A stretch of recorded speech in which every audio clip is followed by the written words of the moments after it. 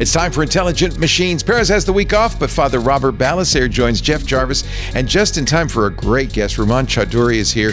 She's the founder of Humane Intelligence. She says we need to take back agency when it comes to AI. You may remember her name. She led the ethics team at Twitter until Elon Musk fired her and the entire team. She's worked for the FTC, the UN, the U.S. Senate. She is a mover and shaker. We'll talk to Rumon Chowdhury next on Intelligent Machines. This episode is brought to you by OutSystems, a leading AI development platform for the enterprise. Organizations all over the world are creating custom apps and AI agents on the OutSystems platform, and with good reason. Build, run, and govern apps and agents on one unified platform. Innovate at the speed of AI without compromising quality or control. OutSystems is trusted by thousands of enterprises worldwide for mission-critical apps. Teams of any size and technical depth can use OutSystems to build, deploy, and manage AI apps and agents quickly and effectively, without compromising reliability and security. With OutSystems, you can accelerate ideas from concept to completion. It's the leading AI development platform that is unified, agile, and enterprise-proven, allowing you to build your agentic future with AI solutions deeply integrated into your architecture. OutSystems. Build your agentic future. Learn more at outsystems.com/twit. That's outsystems.com/twit. Podcasts you love. From people you trust. This is Twit. This is Intelligent Machines with Jeff Jarvis and Paris Martineau. Episode 862. Recorded Wednesday, March 18th, 2026. Ménage à Claude. It's time for Intelligent Machines, the show where we cover the latest AI news, robotics, and all those smart machines all around us these days are getting smarter and smarter. Paris has the week off, but I'm very happy to say we've got Father Roberto. I was going to call you Roberto Balasair. Roberto. Father Roberto is here. Of course, he's visiting us from the Vatican. It's not a joke, folks. That's him. Hi, Robert. Great day. It's always wonderful to see you. It's always a great day when I get to see you and the Twit Army. I miss y'all. Yeah. Robert used to have a little place in the basement of the old Twit studios. That's not a joke. That's actually it's not a joke. True. It's true. Yeah. Also, of course, here, the Professor Emeritus of Journalistic Innovation at the Craig Newmark Graduate School of Journalism at the City University of New York. Jeff Jarvis, author of the Gutenberg Parenthesis magazine. His new one, Hot Type, now delayed, but you can still pre-order it. You can, yes. Gives you no advantage. It's now July, you said? It's August, because they were going to move it for production reasons from June to July. And I said, no, that's death for books. No, so they're moving it to the end of August, so it's basically a fall book now. A fall book. Yes. Now, please, you've brought us, I think, one of our most interesting guests yet. So would you introduce Rumon Chowdhury? Well, I'm going to have the egotistical joy first of announcing something else that will lead to Rumon. Oh, so a big announcement. I don't know. I meant to have Benito get some trumpets or drums or something. So I am proud and amazed to announce that Bloomsbury Academic is launching a new book series called Intelligence, AI, and Humanity, which is not a technical book series, but it is a book series enabling writers from many disciplines to reflect on AI and how AI reflects on humanity. And believe it or not, say the title again. Intelligence? It is Intelligence, AI, and Humanity. Wow. And I will be editing the book series. Oh, man. I can't believe it, but I will be editing the book series. So I'm very proud to say that we have signed up our first 3 authors. I'll mention the other 2 first. One is Matthew Kirschenbaum, who's been on this show, who's writing a book about the textpocalypse. Another is Charlton McIlwain, who is at NYU, who's writing a book, a very hopeful book, surprisingly, about race and AI and the opportunity to undo the oppression of technology on race. And then we have with us, I'm very happy, very proud to say, the author that I just was dying to get to be the first author in this series, Dr. Rumon Chowdhury, who's writing a book about asking the question is, what is intelligence? So, that's a great question. Isn't it perfect? That is the fundamental question, if you ask me. So Rubin has a PhD in political science. She is the founder of Humane Intelligence, which she'll explain to us, but is an effort to hold AI companies accountable. I know her name from Twitter, where right. you were responsible for ethics at. I was the engineering director of machine learning ethics, transparency, and accountability. This is before Elon. This is, oh yes. I always say I worked at Twitter and not X. Like, shocker. I know you'll be shocked to hear that my perspectives and his don't align. I know. Who knew? Worked at the UN, the FTC, at the U.S. Senate. Geeks might remember her from DEF CON, where in 2023 she co-organized the largest generative AI red teaming event in history, putting 8 major AI models in the hands of 4,000 people to probe for vulnerabilities. I was one of them. Yeah. Yeah, Dave Robert was there.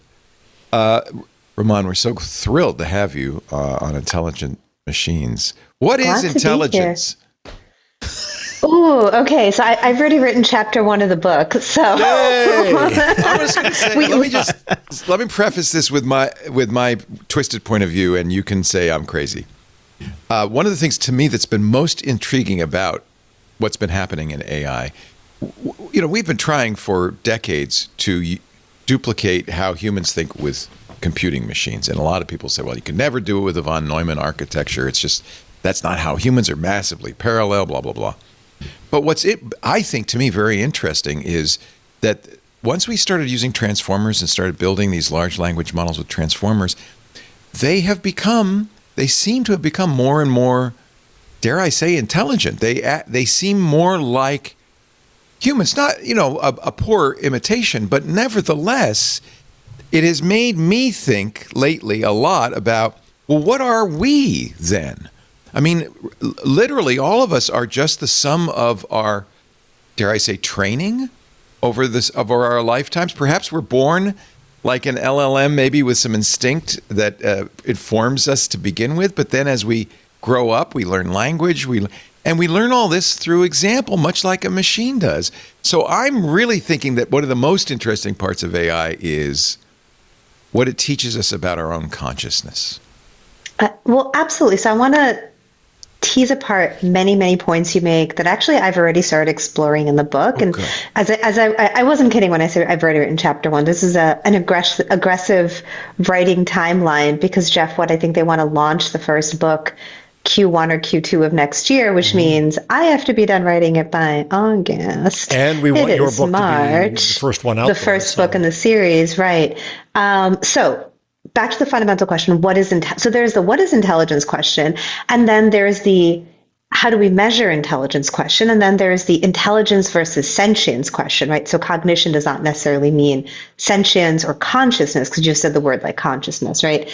So one is every measurement of intelligence that we have today is fundamentally rooted in economic value. So the first part of the book really goes through intelligence as a social, economic, and political construct, right? So why do we care? So the basic question I ask is, what is it that is really like striking us all existentially? And it's not just that these machines are performing the way we perform. It is that our sense of self-worth and value is driven by this notion of intelligence. But if you go back to how intelligence has been measured, it was constructed in the first industrial revolution. It was constructed around, so this is Alfred Binet, who was asked by the French government to find a way to classify kids in classrooms, to determine who would be a good factory worker, who might be a good manager, who would be organized, who wouldn't be. So it was always rooted around productivity. So today, when Sam Altman says artificial general intelligence is the automation of all tasks of economic value, and we're like, what? And it hits us hard in our core. It's because the fundamental basis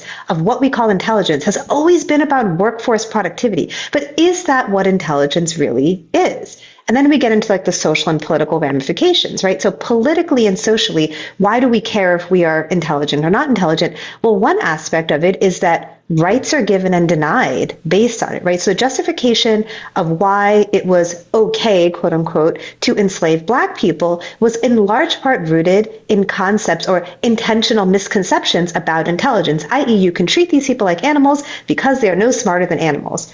Women, Why are women not allowed in higher education? So, oh, because your little brains could not handle it. Your intelligence is not there. So we make these presumptions. We design these tests to prove the points we want to make. So to your point on, AI is a mirror, I would even say our construct of intelligence is more about the fears of the economic ruling class and their attempts to categorize us and put us, quote unquote, in our place, than it is an objective measurement about anything. So the problem is when this goes into computer science, and we have the Dartmouth conference, these men, they're all computer science mathematicians, sit down with actually a very simplistic understanding of intelligence. So they presume intelligence has been mapped. We know how to measure intelligence in people. That's their starting presumption.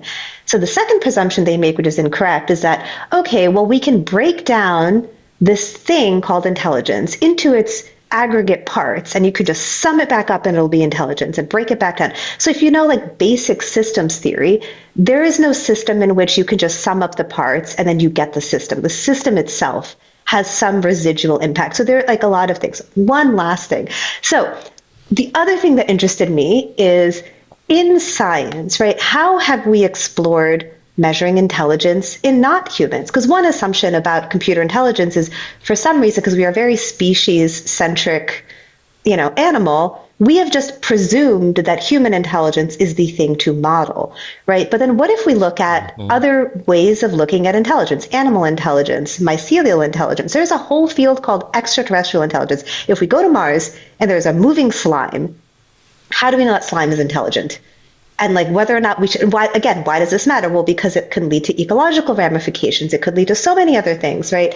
So there are fields of study. And by the way, like newsflash, in 0% of these fields, do they base intelligent measurement on human capabilities? In fact, that is almost the first thing you are told not to do, because animals and mushrooms, et cetera, have different ways of perceiving the world that are actually better than ours in some way, worse than ours. But what you don't do is give a monkey a set of physics questions and say, well, obviously we're smarter than you because you don't know what physics is.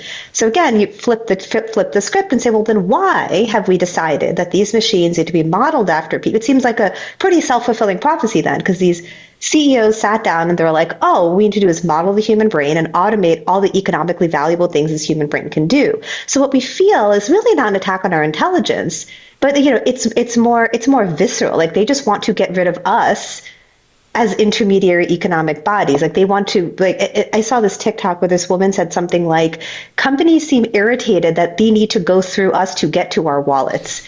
And that is how AI feels. Let's just get rid of the humans and take the monies directly. It would be so so much easier. Right. But I also think that there is an existential dread that comes from the thought that maybe we're not special.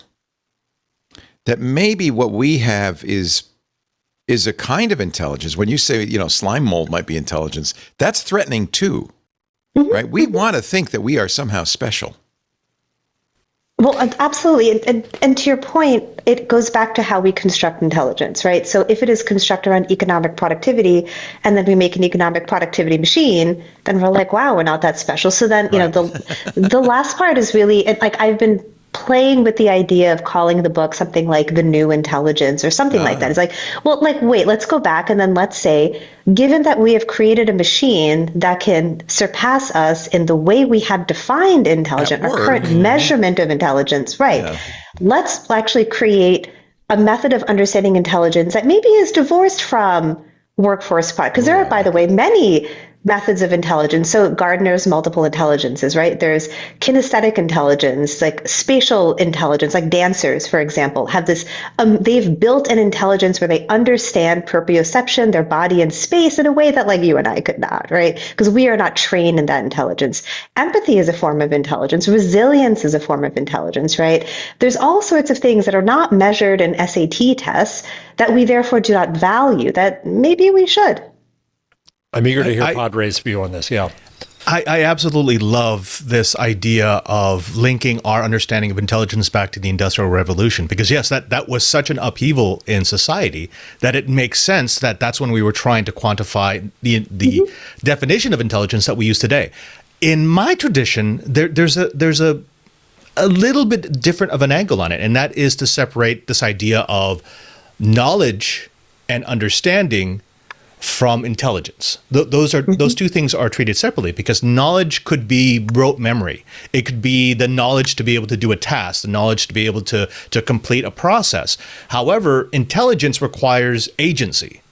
And agency is that intentional desire to act upon knowledge in order to affect the environment in which we live. And not just to affect the environment, but to take accountability for the intentional actions that we take. So for us, for my tradition, intelligence looks like knowledge, but it has that additional step of agency, which we still don't think that LLMs, that current AI has, because it cannot act as an agent. It can only act as a source of knowledge. But I am absolutely tickled. I love this idea of using the Industrial Revolution, because you may know that Pope Leo is big on the document Rerum Novarum, which is what the Catholic Church released during the Industrial Revolution to introduce this idea of agency and bring this idea that there is something innate and special about humanity, which is what Leo is talking about. So how do you have a working definition of intelligence? So for us, intelligence would be the ability to take knowledgeable understanding of the world and act in an intentional way to influence the environment based on values, goals, and beliefs. So for us, that's human agency. That's the step in intelligence that we don't think AI currently has. Ruman, is this part of your book, defining intelligence? In a way, I frame it, because I'm a social scientist, I frame it more like socio-technically. Like, what is it? It's not enough to just define it. Like, I'm not a philosopher. What I want to do is understand it in the context of the world, right? So what are the ways in which we have defined intelligence, maybe even just sort of judgment agnostic, and say, what has that meant in how things have been executed? Because again, the fundamental question to me was always like, why is this idea, why are we so scared of this thing? Why are we so scared of it? And what is it forcing us to look at or question about ourselves? And what do we feel threatened about? And really, again, like that's how I got to where I am. But Robert, I love what you're saying about this idea of intent and agency. And this is where, we shift from whether it's intelligence to sentience or conscience. And people conflate the two a lot, all the time. And again, like if you talk to the average person on the street and you ask them what they think artificial general intelligence is, they think of something like the Terminator, like her, like the, Scarlett Johansson's robot in Her, or like the AI. And those things had intent. They acted with desire. And there's nothing about these machines. And also, by the way, this narrative is being pushed by tech companies. It's very, very intentional. Why? I coined a phrase back in 2017 or 2018, moral outsourcing, where essentially companies anthropomorphize these models on purpose, so that when something goes wrong and something is bad, they can say the AI did it, right? The AI did a thing. Yeah. Oh, and you see them doing it today, right? Yeah. You see it starting with all of the tech layoffs. Jack Dorsey saying, AI is taking jobs because AI is making it easier. Like, sir, you invested in a bunch of crypto that tanked and you overhired. Like, not our fault.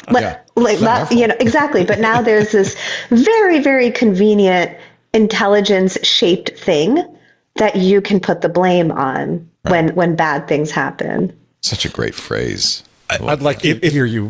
Go ahead. If I can introduce one more uncomfortable truth about our system, our way of thinking of intelligence, is if you look at intelligence as that combination of agency and knowledge, there is this fear, and it's a very real fear, that there are humans who do not meet that definition of intelligence, who do not reach that level of agency. So that should also be on the board.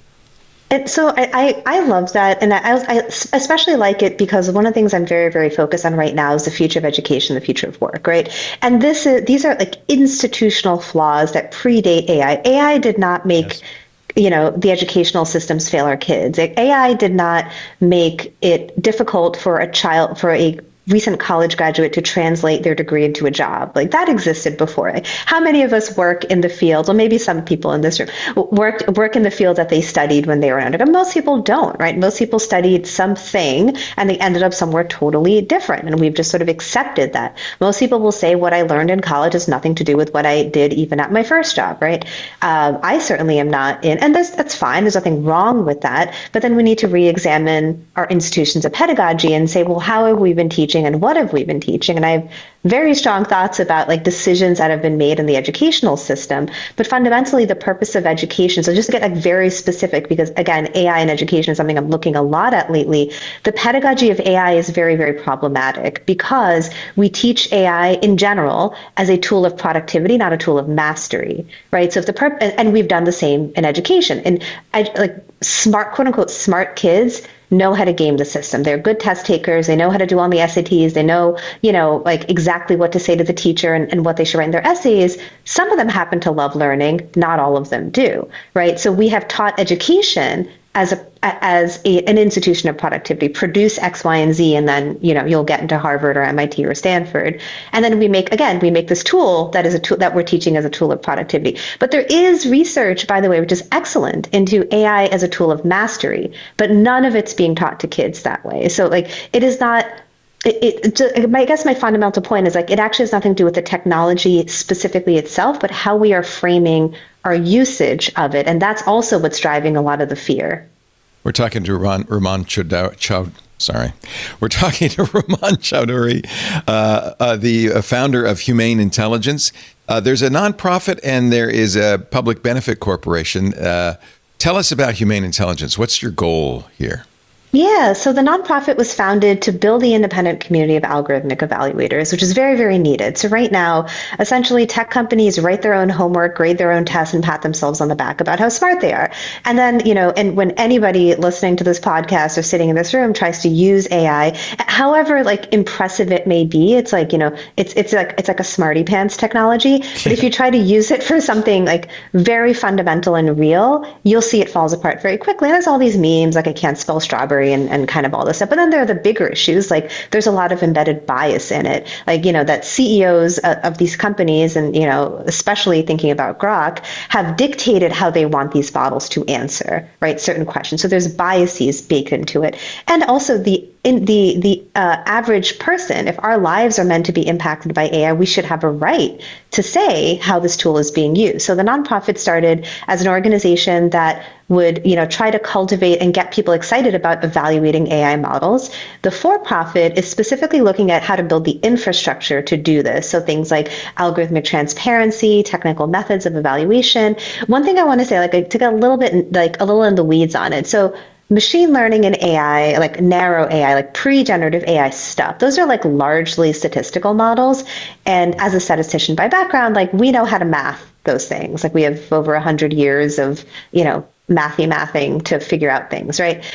With generative AI, you have probabilistic outcomes. And the way I describe it to people is 2 + 2 sometimes equals 3.9, sometimes equals 4.2, usually equals 4, but sometimes equals 98, right? So you don't have this consistent answer. It's so stochastic. In trying, exactly, Yeah. and then in trying to evaluate this, it is hard to make a test that is scientifically sound, something that's reproducible, something that's generalizable. Right. And these are all things we need to know if this model is going to work or fall apart. And we don't have that yet. So the for-profit, it's structured as a public benefit corporation for many reasons, is dedicated to creating the infrastructure. So the nonprofit creating the community, and then the for-profit creating the environment that they can do these tests on. I'm looking at the Humane Intelligence nonprofit webpage, and you talk about AI red teaming, which is so important. But instead of having it be done by the companies that make the models, having it, I presume, done by a community of people. AI contextual evaluations. What's that?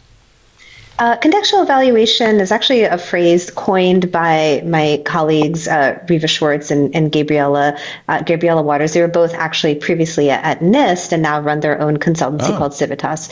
Contextual evaluations really mean how do we give a test of a model that understands the context in which it will be used. I don't mean to use the word in the word in the definition, but so for example, if I am a car company and I want to build a voice activated AI system in the car to help people get directions or find the nearest gas station. How do I do an evaluation of that? That's not just some sort of a generic evaluation. So things you might want to think about in that situation. How does the AI give an answer that will be correct and, not lead somebody to an unsafe place or distract somebody when driving, right? These are very specific things that today, the very generic and superficial testing tools put out in Silicon Valley really don't answer. So they don't answer their questions. I do a lot of work with companies, and these are all not tech companies. These are companies trying to use AI, banks, insurance companies, et cetera. And zero of them have told me that they have found the tools being built in Silicon Valley to be useful for them. And they just do all of their evaluations in-house. They try their best to do it themselves, which is not a formula for success. It's so they feel there's risk. I mean, you have AI red teaming, AI contextual evaluations, a bias bounty, which are, I presume, challenges to find bias in these AI models. That's right. Yeah. So all of this really would be under the rubric of AI safety, yes? Yeah, so that's a tricky term. Yes, it is a tricky term. Because there's a lot of in the family fighting of responsibility, safety, governance, and sometimes the word, I don't mind the word safety. I think it's fine, but for some people it's coded as existential risk, which means there's a community of people that say, AI has a 25% chance of killing us. And again, it's it very much anthropomorphizes the AI. It uses language like manipulation. It talks about things like bomb threats and scenarios. And frankly, from my perspective, I think sometimes that narrative is somewhat intentional, somewhat naive and privileged, and distracts from the real harms we are seeing today because we are busy speculating on future harms that are not possible to happen, right? So today, what do we have? We have algorithms that deny people jobs, that unfairly accuse them of crimes, that are used for surveillance. We know those are actual harms that happen, and instead an overly significant part of this community funding, brain power, policy is spent spinning on Terminator stories of AIs gone rogue. Yeah, we've said this many times. This is one of Jeff's favorite drums to beat. It actually is the flip side of the coin, moral outsourcing. So on the one hand, you say, well, it wasn't us, it was the AI. On the other hand, you said, but this AI could kill us. It's all kind of the same. One thing you say, Rubin, that I think is so important is that when you blame the AI that way, you take away our agency, which goes back to what Father Balliser said, right? And it acts as if we're powerless, that the AI is just going to take over everything and there's nothing we can do about it. And these companies want it to be that way. There's a payoff for them. There's a hubris to it. Yeah. There's an extreme hubris to it. I'd love to hear you riff on the hubristic notions that they add of general intelligence, super intelligence. It's not enough to say that you're as good as humans, right? Superhuman intelligence, superhuman, Ubermensch intelligence. I don't know. Bingo. It's exactly where it goes. I happened to send to you, and I also sent Leo a paper this last week that Jan LeCun was one of the co-authors, arguing against this notion of generality. That humans aren't general, that we're good at some stuff and crappy at other stuff. But this idea that these people are so smart, they can build the machine that is smarter than all of us. Is that a new plateau in this notion of intelligence as privilege and power? So both Jan and Feifei Li has raised money for her startup, and Jan is also doing something similar. And I think this is what Sarah Hooker is doing as well. Sarah just raised $50 million for her startup called Adaptation, which I cannot claim to know anything about, but it sounds like what Feifei and Jan have been talking, which is building world models, right? So their argument, and Jan is making this, I love, Jan is hilarious. I think everything he says is always correct, and he is not afraid to offend people. and when I say offend people, fight the powers that be, not like us. But he's always very, very correct in what he says, is that, that there is a belief in the general public populace that these models are just linearly improving over time, and actually they're not, right? So the newer versions of ChatGPT are better in some ways and worse than other ways than previous models that came out. So it is not true that models are simply linearly exponentially improving, and all you got to do is give them more data and more energy and ... they'll solve all of our problems. So he argues, and Feifei argues, that you need world models, which are AI models that do more than just absorb specific language knowledge. It needs to understand the world around it. So this could be vision, it could be voice, it could be like lots of different things. So I don't know, we don't have a world model yet, but this is what they're betting their careers on. And given that, they are a quote godmother and godfather of AI, I figure they know what they're talking about. So I find that very interesting. And I was on this like debate show last 2 weeks ago, discussing, whether AI will take our jobs. And that was the point that I made, that actually these models are not simply linearly improving. And we may have actually reached pretty close to saturation at the capabilities. And right now, really what everybody is doing, the bait and switch that's happened in the last year is actually that the models have not been improving. What's been happening is they have focused from building like foundation models to building applications. So you may see, if you have Google, right, all sorts of new AI stuff dropping every week. So yes, they're building Gemini, but now they're actually saying, let's take Gemini that exists today and like build these little tools, which is not necessarily a bad thing. But again, this is not this world of super Ubermensch intelligence that's going to, sit at your desk and drink your coffee and take your job. That's a very, very different world we're talking about here. That's kind of what Jensen Wang was talking about on Monday, right? Jeff, was that we've moved into the age of inference, that we've moved away from the age of building models, and now it's about what the models can do. It's you've said, Ramon, that part of the problem is that the people in charge of all of this are, well, the companies are making it, so they obviously have a dog in this hunt. They have an axe to grind. Government, which you say doesn't really have the tech, and you've worked in government, so doesn't have the technical capability to understand what it's doing and when it's regulating this.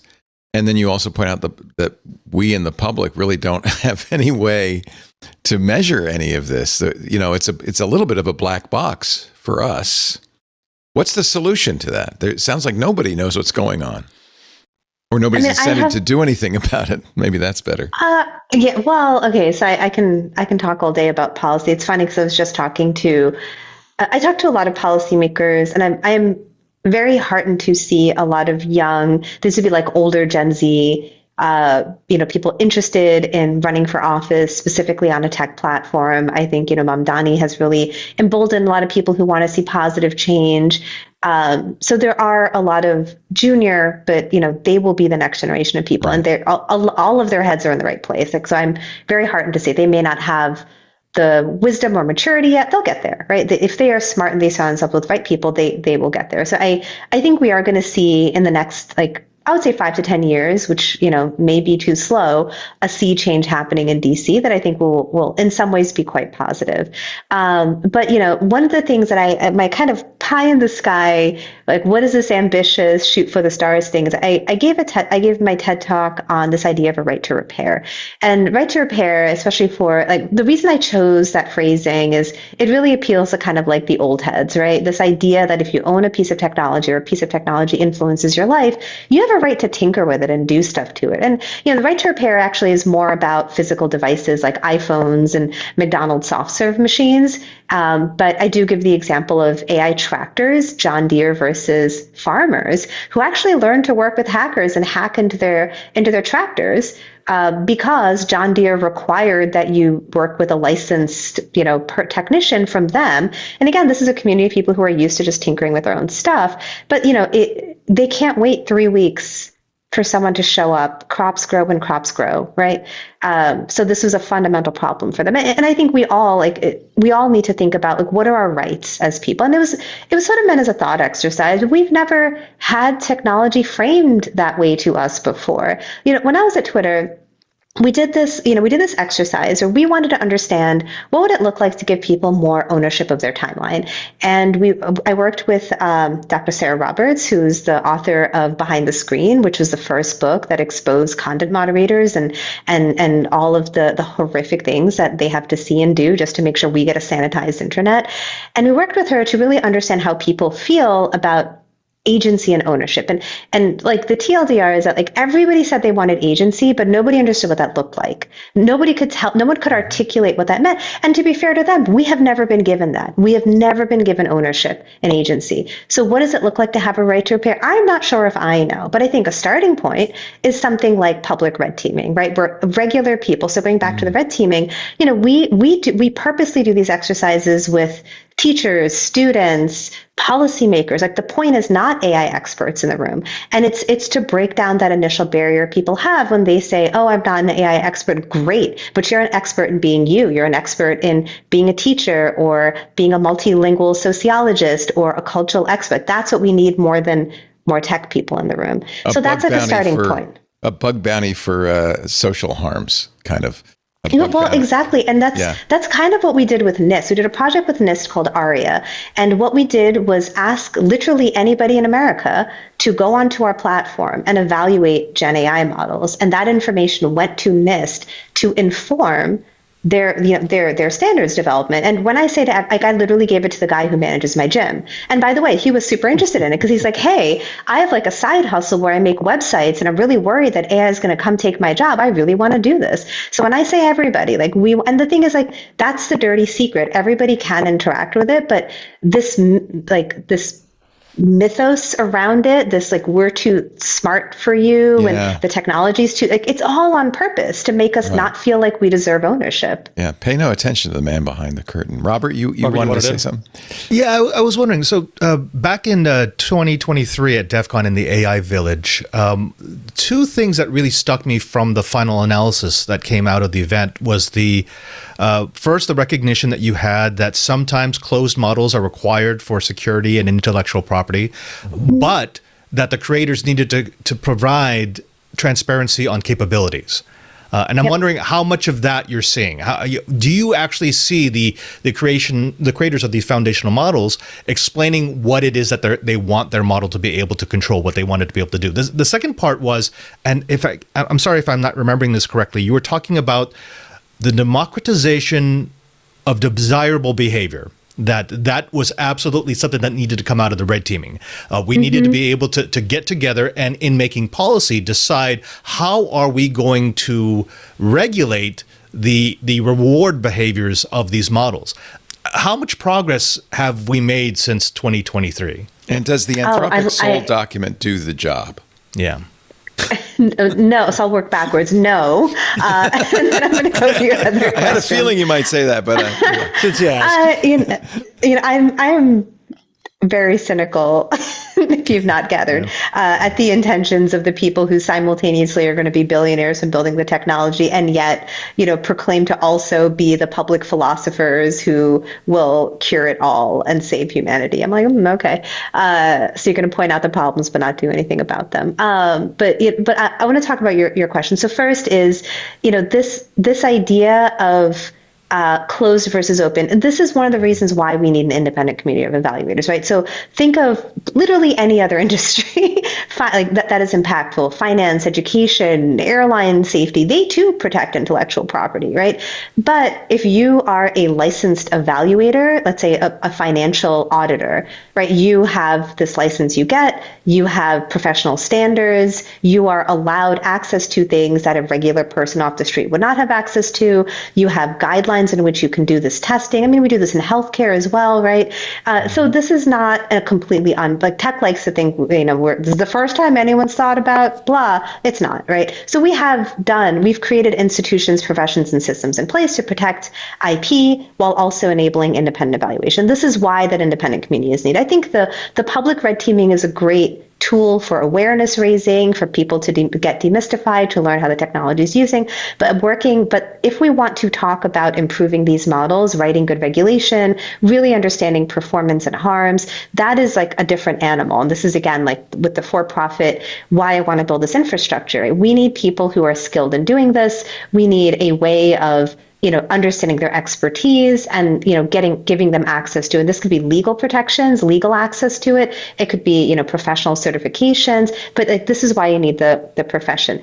And then the second of, democratizing, sorry, what was the phrase again? You said desirable behavior. Yeah. Democratizing desirable behavior. Yes. So one of the, because you can tell none of these people care about philosophy or social sciences or anything like that, right? There's this like very arrogant notion that they can arrive at like this universal good. And I always find it really funny when people are trying to make these models and they claim it will, have this constitution or values, universal values. Like I have actually heard people say like, oh, obviously we all believe X. I'm like, we actually don't all believe X. It's actually very, very hard / impossible to come to, even if you think about the most fundamental universal value, one might argue, which is that, okay, well, human beings say we shouldn't kill other human beings. Don't we though? Don't we have the death penalty in the United States? We do have state-sanctioned killing of human beings. We've actually said it's lawful and okay. So we don't universally think that it's wrong to kill other people. And one would argue that would be the most fundamental thing, right? The most fundamental thing that we could theoretically say we universally agree on, and yet we don't. So, there's this arrogance of this idea that we can come to universal, this universal list of values. One of the things I love to laugh about is one of these benchmarks is called Humanity's Last Exam. Yes. What a dramatic, when you look at it, it's a bunch of like physics and math questions. And I'm like opt me out of Humanity's Last Exam. Yeah. Like, it's very no, thank tech bro, you. isn't it? Yeah. Yeah. Like really, is that, and by the way, there is this section, there was this counter paper by a bunch of people that, was trying to make a benchmark for quote, universal values. And I want to I remember the first thing I went to was what did they consider to be global historical knowledge? And it was Europe, America, Asia, and other. Cool. Wow. Cool. Other. Yeah. Other. If you live in other, you might not agree. So like the literal cradle of civilization, which is the Middle East and Africa, is other. But Europe gets its own. America, which is the youngest of all of the nations, gets its own. Right. But so like this is what these people come up with. We're really glad we could spend some time with you. I wish we had more time. Rumon Chowdhury, I look forward to your book, but I know you have 50,000 words to write by August, so I don't want to overstay our. Can I ask one more timely question, Leo? Painful. Yes, please. So Leo and I watched Jensen Wang's keynote. I'm a connoisseur of showmanship of it. Every time he does it, and we're going to talk about it later in the show too, of course. Yeah. And so at the end, he went gaga over OpenClaw, and I'm curious to hear about that. But I was thinking about this in my world in media. We went from a world where you couldn't make media unless you had the tools of production and distribution, unless you had the capital, unless you had the equity to do that. And what the internet has obviously done is it means that we can all entertain ourselves, we can all make media, the culture makes itself, fashion determines itself. And I celebrate that immensely. For all its harms, I think it's better. The internet ended up being top-down in a lot of ways, corporate, right? Just as happened to media. Along comes AI. And your co-author in the series, Charlotte McIlwain, surprised me with a surprisingly optimistic view, having written the book Black Software about the oppression the technology caused in Black America. He sees an opportunity to break out of that. Now, so I'm finally getting to the point of OpenClaw. Does this mean that we can all make technology, just as we can all make media on our own, we can all make creativity on our own now? Is it possibly, to not be over-optimistic, that this opens the door for us all to make our technology now? Is that a step to give us all more agency, even though the models have to be made by the big boys, and they're all boys, except Feifei? But is there an opening here that the technology gives us the chance to take it over? Well, and this is where right to repair comes in. I fully agree with you. I think that has to be intentional, and it needs to be, because the tech companies will not frame things that way, right? So they will, because they don't want that. We need to do that for ourselves. And just as an example, my partner has been messing with us making like an IoT system for our house, but one that's done in a way where we're locally hosting all of our own data so that we're not sharing information. We don't have like a Ring doorbell, but like right now we have, let's say, like Simply Safe, right? So instead of that, and the thing is, all of the tools now exist to do that. And my partner, who, by the way, is an architect and not a programmer, but who has always had a passive interest in like IoT and automation, and out of necessity, because we move around a lot, we are actually able to do that today in a way that we were not able to a few years ago. So just as one example, but again, like, no one's going to sell you that. Right. So either we have to raise awareness among people that you can go do this, or create a counter movement to provide that service and give people that world. Because like I said, like AI and this new wave of technology was not given to us the way the internet. The internet was given to us as a tool of free use and democratization. Algorithms and this new wave, they get savvier and savvier every time. They consolidate more and more power and wealth, and they're not going to give that up randomly. We can make a counter movement that maybe is designed around things like right to repair, where we can just do stuff like this. I was telling her that like she should build a side hustle. I think it would go over well in places like New York, right? Where you just do this for people. Somebody pays you a bunch of money and you're like, I'll buy you a server and a bunch of Raspberry Pis and set up a dashboard. And like, there you go. You can monitor your whole house, and not a one bit of that data is going to go to OpenAI or Amazon or anybody else. Leo, that's your new business. Maybe. You should. I love it basically that it sounds like your general argument is for human agency in all of this, not to let the companies that are creating this stuff take that from us, but in fact, and not to assume that it's a black box that we cannot have any understanding or agency of, but in fact to take that back, just as we have with right of, or trying to with right of repair. Is that fair? Yeah, absolutely. I think paramount to all of this that I think is important is the ability for people to choose their path in life. Like, I may not agree with the way maybe somebody does want to give their data to Amazon. I don't know. I don't care. But like, we don't have a market with choice right now, and our choices are getting fewer and fewer. I want to create a market where we actually have choices, that we can act on our values, because that's what a lot of people are expressing. They have particular values about their personal information, data, even passive data, like your Ring doorbell, and how that's being used in ways that they are not okay with. Right. I look forward to your book. You better get writing. Boy, I really look forward to it. Your editor is sitting right here, and he seems nervous. So no. This is very exciting. Tell us again the working title. You can change it. We're not requiring a... Oh, I don't know. I really don't know. Maybe it's something like The New Intelligence, Critical Thinking and Cognition in the AI Era. The other one I've been working with is Measuring Minds. That is the title of the first chapter, because that's what all of this attempts to do and do poorly. Yeah. Our publisher, Haris Nakvi, is very good at titles, so he'll have. Oh, good. Nice. I will. Yeah. I'm actually very, very bad at naming things. When I built the first enterprise bias detection and mitigation platform, and I just called it the fairness tool, because I'm like, it makes things fair. So, well, thank you for the work you did at Twitter. I'm sorry that Elon didn't think it was important. But hey, it's worked out well for you, right? You're probably better off, to be honest. Thank you so much for being here. Thanks so much, Ramon Chaudhuri. Thank you for having me. Really look forward to the book. We'll have you back when the book comes out. That's what will happen. Yeah. Yeah, if not sooner. You have one definitive future reader. Yes.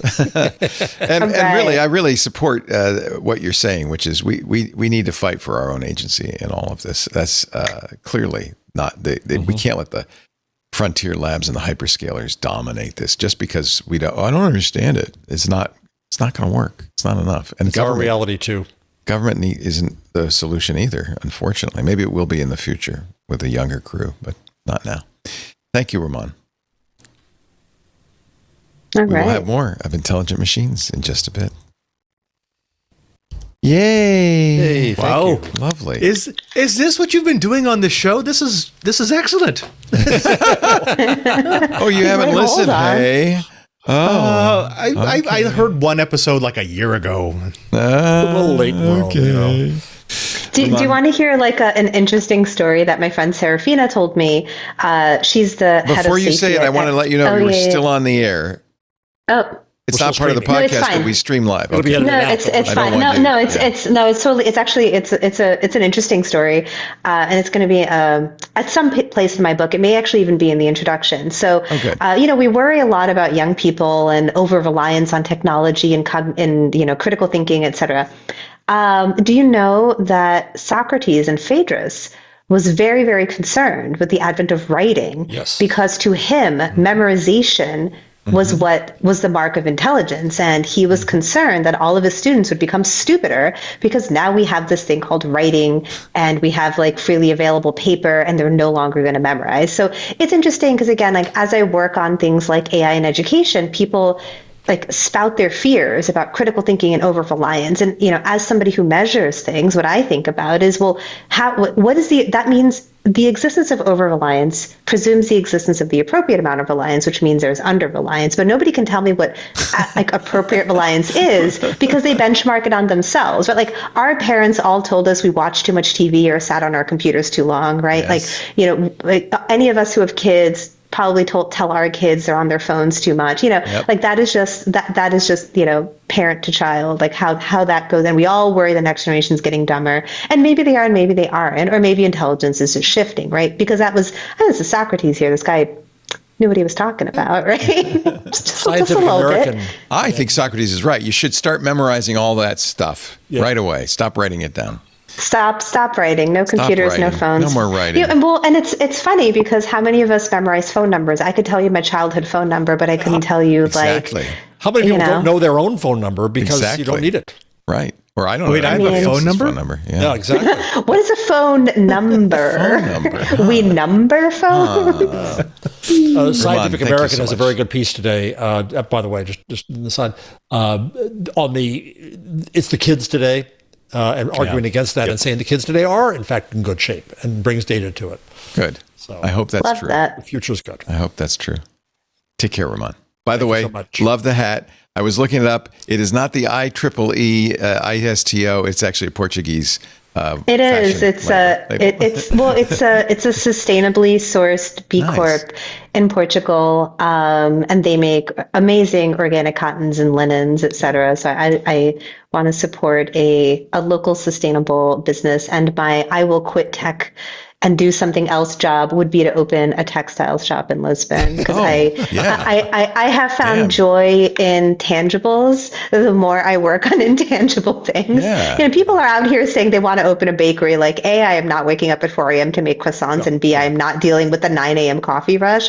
Absolutely not. What I'm going to do is open up a shop where we sell beautiful linens and cottons and fabric and nice. ceramics. And only the people who I want to come in will come into the store. But I just want to let you know, if people ask, you could say it stands for the Industry Standards and Technology Organization of the IEEE. I can, You could or say that. I can get people to buy A sustainable fabrics. organic, sustainable cotton. Thank you, Ramon. Take care. Bye-bye. Thank you. I looked up ISTO, and that's what I found. Wrong IST. Wrong ISTO. Exactly. We're going to do an ad. I've been installing NemoClaw during the interview, and I'm ready to load the claw. Oh, Yes. All right, guys. I'll see you later. See you, Take care. Ramon. Thanks, Ramon. Bye. Pleasure to meet you. Very interesting stuff. We'll have more intelligent machines. And our special guest, Father Robert Ballaser, filling in for Paris Moreno in just a little bit. Our show today brought to you by my domain registrar, spaceship.com. Spaceship.com/twit. Remember Paris wanted to do a website secretly British, and we registered a domain secretly British.sh. Well, I did it at Spaceship because it was so easy. Plus, we had searched around, and it was also the best price. If you've heard us talk about Spaceship before, there's a reason it keeps coming back. Spaceship is now really one of the fastest growing domain registrars in history. It's because Spaceship is rethinking how people register and managed domains. Its fresh approach has now led to 6.5 million domains under management in record time. We just started talking about them a few months ago. That kind of growth comes from, well, I guess giving people what they actually want at a fair price. Spaceship offers transparent, low pricing on domain registrations. By the way, if you're somewhere else, move your domains over. Their transfer pricing is fantastic. Their renewal pricing is fantastic. This means there's more clarity over what you're paying for over time. It's so often the case that it's $1 for the first year and it's $1,000 for the second year, not at spaceship.com. Alongside great value, the platform is especially built for flexibility. You can instantly connect your Spaceship registered domains to Spaceship products. We clicked a button and Secretly British had an email site. You get web hosting if you want. She hasn't set up her domain yet, so I pressed a button that connected it to her existing domain. But when we have a website for it, it'll be very easy to do, hosting it on Spaceship. That professional email is first rate, even virtual machines. So a great place to host your OpenClaw, for instance. And you can build and test before committing, because almost every Spaceship product comes with a 30-day trial. But if you prefer third-party tools, don't worry, no problem. Just point your domain to what you need by updating your DNS records. It's easy to do, or name servers. And actually, they have a nice little AI called Alf that can do that for you. So now you have the freedom to build your stack exactly as you want, because they know this is what we geeks want. It's basically the best of every world. Visit spaceship.com/twit to learn more. That's spaceship.com/twit. We thank them so much for their support. OpenClaw. Let's see. I installed it. I needed Docker. During the, we were watching the keynote on Monday. You, me, and Micah Sargent, Jeff Jarvis. The NVIDIA keynote. What did I say? You just said the keynote as if the keynote. Yeah, right. The keynote. You know what?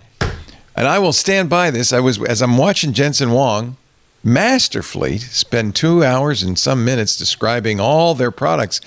I said this. There is no CEO in technology today that can kiss the hem of his robes. Has the mastery of his topic.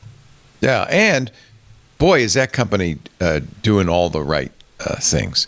So one of the things he talked about is the fact that OpenClaw is the fastest growing open source project in history. More stars than Linux in just a few months. And he said, and so we're going to support this with a enterprise-focused, safe OpenClaw using something called OpenShell. It's installed a bunch. You can see my screen. It's installed a bunch of stuff here. OpenShell, CLI. It's apparently, I don't have, it says NIM requires an Nvidia GPU. Well, of course. But we can use cloud inference. Okay. Well, you can buy that now. There's a new Dell machine that has the at a small cost. And now I have clicked the link. It does say security risk because it's HTTP. Whoops. This is it? What am I seeing? Late. What is this? What is this? That's not, let me go back to localhost. Hold on a second. That's weird. Is that what they wanted to show me? He says, warning. Oh, I pressed go back. No. I want to go forward. Accept the risk and continue. And now, ladies and gentlemen, nothing.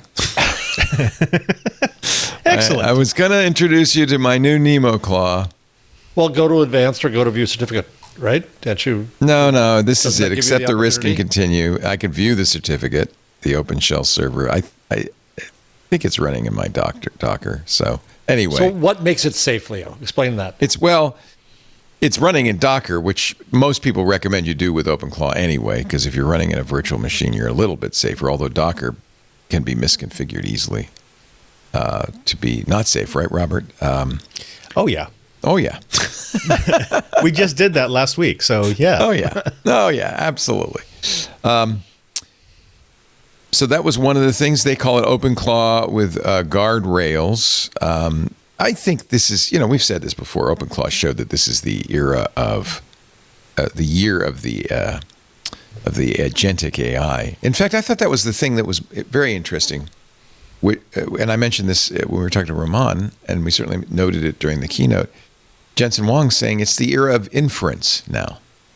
That it's about what you do with these things, right? And it was a good thing that he bought into Groq with a Q. Oh yeah, those Inference chips now. Those chips very important to what they're doing. You kind of rolled your eyes, Robert.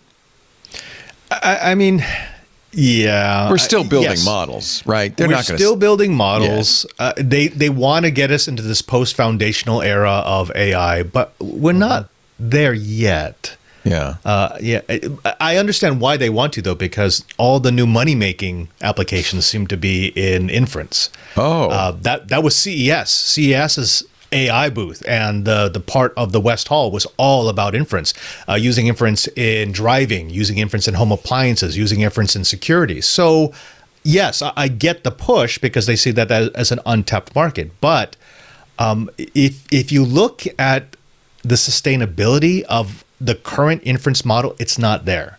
Yeah. I don't think it's nearly as profitable as they think it's going to be. Jensen did take a little bit of a victory lap. Here's the picture. I said this would be the picture. This is the picture of him with his WWF belt or something. He said, and this spiked the stock briefly until people thought about it, that Nvidia was poised to sell $1 trillion worth of Blackwell and Vera Rubin chips next year. $1 trillion, up from $500 billion. Is inference just another word for application? And does this mean that this is an effort to get the industry going into retail channels? So, so when we talk about the foundational model, that's the traditional, we're going to shove a bunch of data into this training, and then we're going to get something out that we can use. The inference model is sort of continuous training. So we now deploy a foundational model, but it starts to learn through its interactions with the real world environment, and it goes back into the training. So, and to be fair, Claude Code, which is one of the hottest things in AI right now, is basically an inference machine, right? Yeah. Yes. Yeah. Actually, one of the things I've been really thinking about lately,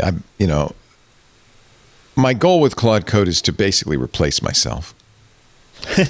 Don't do that. No, Leo, no. Well, actually, the reason I started Twit in the first place, the whole point of this was for me just to do the stuff I like and have initially other people do the stuff I didn't want to do, like edit the shows and produce the shows and technical direct the show. I just want to walk. My goal was from day one, 20 years ago, just to walk in, sit down at the microphone, turn it on, do a show, get up and leave, be done with it. But instead, I've created what Cory Doctorow calls a reverse centaur, which is basically AI is making it more work for me, not less. So he talks about a centaur, like a computer is like a centaur, which is a human machine beast instead of a human and a horse beast. It's a human and machine beast where the horse does the carrying and the human gets to be on top and look around. So the work is being done by the bottom part of the centaur. A reverse centaur, the human's doing all the labor, doing all the work, while the AI is sitting there looking around. And I kind of, in a way, created that with my workflow because now I have to spend hours every day going through stories. Admittedly, once I have the stories, it generates the rundown and does a lot of the busy work. But I realized the piece that's missing is I want it to, this is the hard part, somehow encapsulate my editorial judgment. Now, in the past, you would train a model maybe for that, but I'm thinking I can create a small language model based on a bigger model. The bigger model has all the language capabilities, and in the small model, train it to have my editorial judgment. Do you think that's crazy, Robert? It's not crazy. I see an exceptional expansion of requirements for power and other resources because if you are using a small model and then training it with inference, you are constantly going back and you have to retrain, retokenize your data. Otherwise, it's not really truly learning from the inference data that you're giving it. Oh, yeah, you're right. Well, one of the things that we were looking at doing is using some sort of maybe Bayesian system or something to train it using articles I didn't choose and articles I did choose. I have now a pretty big database of articles I looked at and didn't use and articles I looked at and bookmarked. And that could train it. Actually, Darren Oakey suggested something, kind of an exotic technique that he says is working really well for him. something called, what was it? SLM? Do you remember SLV? I think it was. SLV. Some sort of, he said he linear tried SVM, he says. SVM, that's it.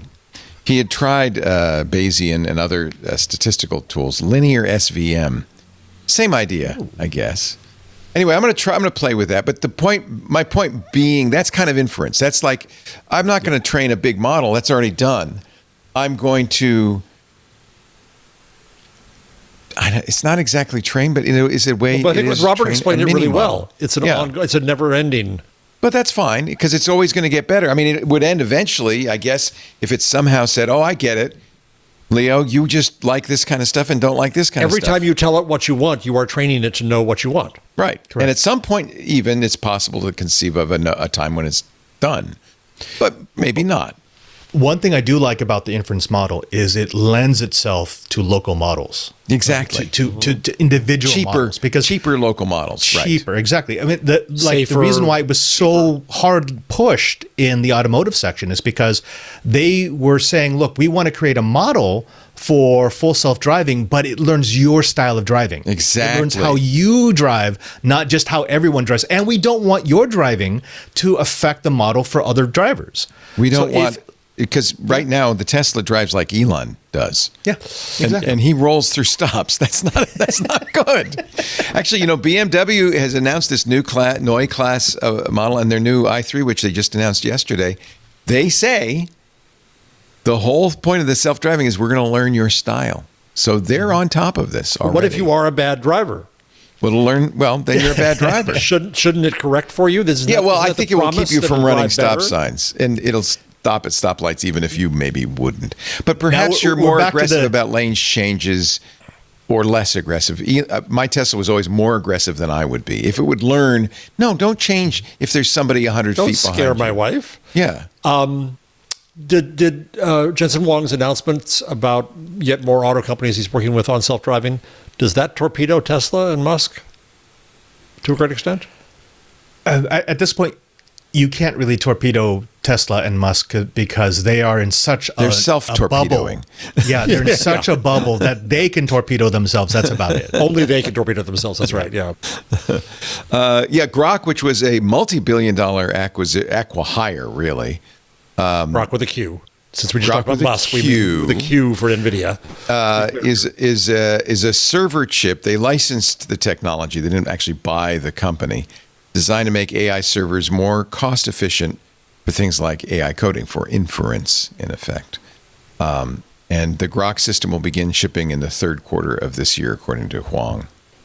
And it's going to be made by Samsung, which was kind of a surprise. I thought that Nvidia was a big TSMC client. I think they still are, but they still are. They just maxed them out. Yeah, Samsung's going to be making these. It's not a GPU. Grok integrates memory onto the chip. It's really built to do this kind of thing. To speed up this kind of communication within. Yeah. Then the other thing they announced, DLSS 5, which really I don't think is important. No. But it's ugly. It really made people upset. Certain people who make certain things. Gamers really didn't like it. The idea was it takes existing assets in a game and locally, pretties them up. Somebody remember when we did this to TVs? How much people loved it? Oh, you think it's like frame interpolation? Basically, yeah, it's the same thing. It's creating something out of limited information. So maybe you get a couple of frames that look great, but most of the time you're going to be going, meh. Hey, this is Benito. My problem with this is that it changes the art direction of the game. I think here's an example that I think is quite good myself. This is me. Actually, I think somebody generated this on the Discord. That looks like you as Tom Cruise. Yeah. It's a hand set. It even made my eyes blue. There you go. Yeah, you see? It's exactly how I look. Can you do a dissolve instead of a jump cut? I think it'll be a little more morphing into So, and Jensen Wang was a little pissed, shall I say, at all of this. His reaction was, Well, you just don't get You don't get it. You don't get it. You don't get it, You man. can control this. I'm not controlling said- this. You can control this. Tom's Hardware asked him, Paul Alcorn from Tom's Hardware asked him about the criticism. He says, well, first of all, they're completely wrong. The reason for that is because, as I have explained very carefully, now I haven't heard the recording, but I can see him saying this, as I have explained very carefully, Yes. DLSS 5 fuses controllability of the geometry and textures and everything about the game with generative AI. Oh, well, in that case, no problem. You know what? I think Anthony Nielsen, our own Anthony Nielsen, got it right when he said it wouldn't have been so upsetting to people had he shown it with the backgrounds instead of the foregrounds. Yeah. But really what bugged people was that he showed it with people. Well, wait, so Benito, is it your fear that it takes away artistic agency, that it Yeah, it changes the graphics. what's your concern? It changes the graphics in a way that don't screw with what I made. with what the people made. Yeah, it changes it. Well, the people who would use this, I presume, are the game companies themselves, right? That's or what no? I was thinking. No, that's happening. You're thinking locally. this is something DLSS that will 5 be a technology in your computer that you could turn on. Yeah, this is so that Locally this is so in that real the time. companies don't have to do this themselves. So that the Right. DLSS has traditionally been something you would turn on. It's like ray tracing. It's something you turn on. Yeah. It's enabled. I in your don't know video if the card. company show my screen, because this is some examples. It's not always, by the way, beautification. Here is from Hogwarts Legacy. It's turning that older woman into a really Even older looking woman. It's adding lighting and shading. It is changing the look a little bit. I don't know. It doesn't bother me as much. Gamers historically have really been negative about AI in They're general. persnickety as a bunch, yeah. Yeah. Yeah, it doesn't bother me as a gamer. It bothers me as an artist. Yeah. But if a game company, can use this to make their stuff look, Yeah, I mean, that's pretty as good. the artist, you can use this to make it Yeah. more realistic. What's wrong with that? Yeah. If it's in your control. Anyway, this is one of those demos where we'd have to see it anyway. This is just a video that Nvidia created, but it probably got more attention than anything else Jensen Wang mentioned. Well, in certain quarters. certain circles. Yeah. Well, I mean, I'm willing to test it out in about 5 years when I can actually afford to buy one of their new. Well, that's high-end another video problem. cards. So Yeah. Nobody can afford this technology. Andre Karpathy doesn't have to afford it. He got the first Dell machine given to him by there we Jensen go. Wang. That was the DGX Spark. They announced that a number of third-party OEMs were going to be able to make these With Blackwell Spark-based chips in them. Yeah. machines. Our own Darren Oakey has purchased one for $5,000 Australian. So do you have the sin of envy and covetousness? Yes, You want I have Blackwell that chip? sin in spades, my friend. I mean, No. I've got one downstairs. Oh, I forgot. Robert Carried has it home one. from CES. Yeah, I forgot. You brought one did. back. It was swag. It was boot swag. Yeah. Was it under your seat when you were on the way home? You get a spark and you get a spark. I Everyone honestly gets a spark. don't want to have to need a $5,000 piece of hardware to do this stuff, and that's why I bought the framework, which was expensive, $3,000, but it had 128 gigs of RAM as a Strix Halo. I'm interested in models I can run on that. That's locally. where the retail level excitement comes. Well, do you Yeah. know what a DGX Spark is going to cost from Dell? I mean, they didn't put the price up. Well, it's around $3,000 to $5,000. It is 3 to 5. Okay. Yeah, and there'll be. I think Darren's was ASUS, if I remember correctly. There'll be several OEMs will make it. Super Micro had one that was the ugliest thing ever. It looked like a tower. It's like you don't need to be. It doesn't need to be a tower. Yeah, he got the ASUS GX10 Ascent. It is very, very nice to be able to do a model locally and have the firepower to basically go whole hog on it. So what does that let you That's do fun. that you wouldn't have done before? Save money. So, I mean, well, first of all, out of the box, anything artistic, anything you want to do with video or photo, that's a no-brainer. But what we've been doing we're using it for is for translation models, because we deal with a lot of languages here, and at the same time to do summation of the conversations that are happening in different languages. It's extremely effective at that. I mean, I will not lie. You don't need a frontier model to do those kinds of things. We don't. But we do need the privacy, because the conversations that we have here are are closed form. I saw So we Conclave. cannot in I any know. way, shape, or form use cloud-based infrastructure. Right. This lets us actually do That it. makes sense. Yeah. Yeah. I think also a lot of us will do a hybrid thing. For instance, Yes. with Claude, we'll use Opus 4.6 for the really high-end stuff, but we can use Qwen or Kimi or something else for stuff that doesn't need so much power. What and be models able do to you run use locally, Robert? Oh, I don't know. I handed it over to our IT guy, so he's running all of our models for us. This sounds Probably like Chinese models. This sounds like running a Sun Microsystems computer circa 1995. Yeah. Yeah. It really does. Yeah. In a couple of years, it'll be, a lot less expensive. It'll be a lot more affordable. I mean, I next honestly, year you'll be able I'm not to sure pick I over the agree. Blackwell ones. I'm not sure I agreed with Ramon and I wasn't going to challenge her because she's way smarter than I am, but I'm not sure I'd agree with her that we're flatlining with LLM improvement. Well, that's the discussion we have all the time. I don't think that's at all in evidence.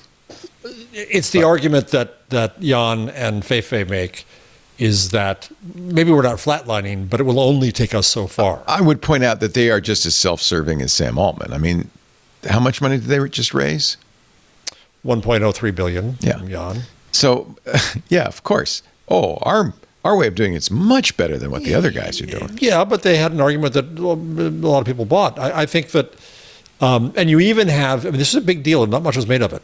Because I went to a debate between Adam Brown at DeepMind and Jan LeCun. It wasn't meant to be a debate. It turned into that overall justice. And DeepMind was still scale, models will get us there.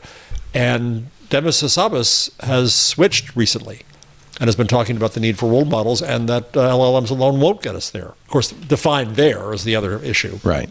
And certainly I wouldn't argue against that. I mean, the more kinds of data, the better. But I've been thinking about this lately because their argument is, well, you can't describe the world in text. Except isn't that how we work as humans, essentially? That Cats don't is their argument. Okay, Animals but don't. humans This is the do. slime argument. My But this is brain, there's other most there's other of the stuff that intelligences. when I'm thinking about something, I'm thinking about it in words, right? How much Words more perhaps fluid it would be informed by not my to be knowledge limited of the by physical words. universe, but ultimately words. What if you weren't limited by words?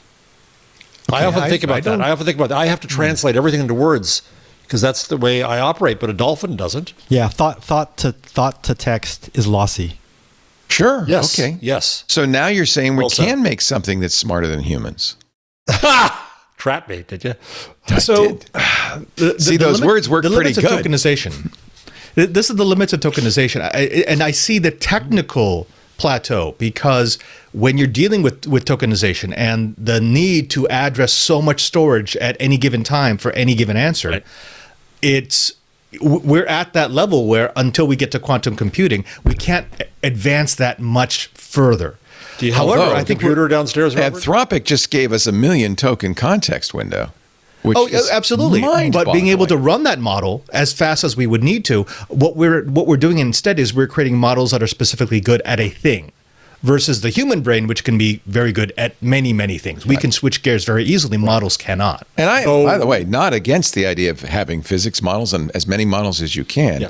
I'm just quibbling with the sole argument, we've tapped out LLMs. I don't think that that's true. I Well, don't but think there's the any other evidence thing at that, all of that. in that paper that I sent you, that Jan LeCun was a co-author of, his argument was against this notion of general intelligence, saying that every human being is good at some stuff and crappy at other There's things. no such thing. And same as machines. And it has interesting outcroppings as well, because what LeCun argues is that if you think about specialized models, you can also limit the model to what it does. Right. It makes it safer. Makes it safer.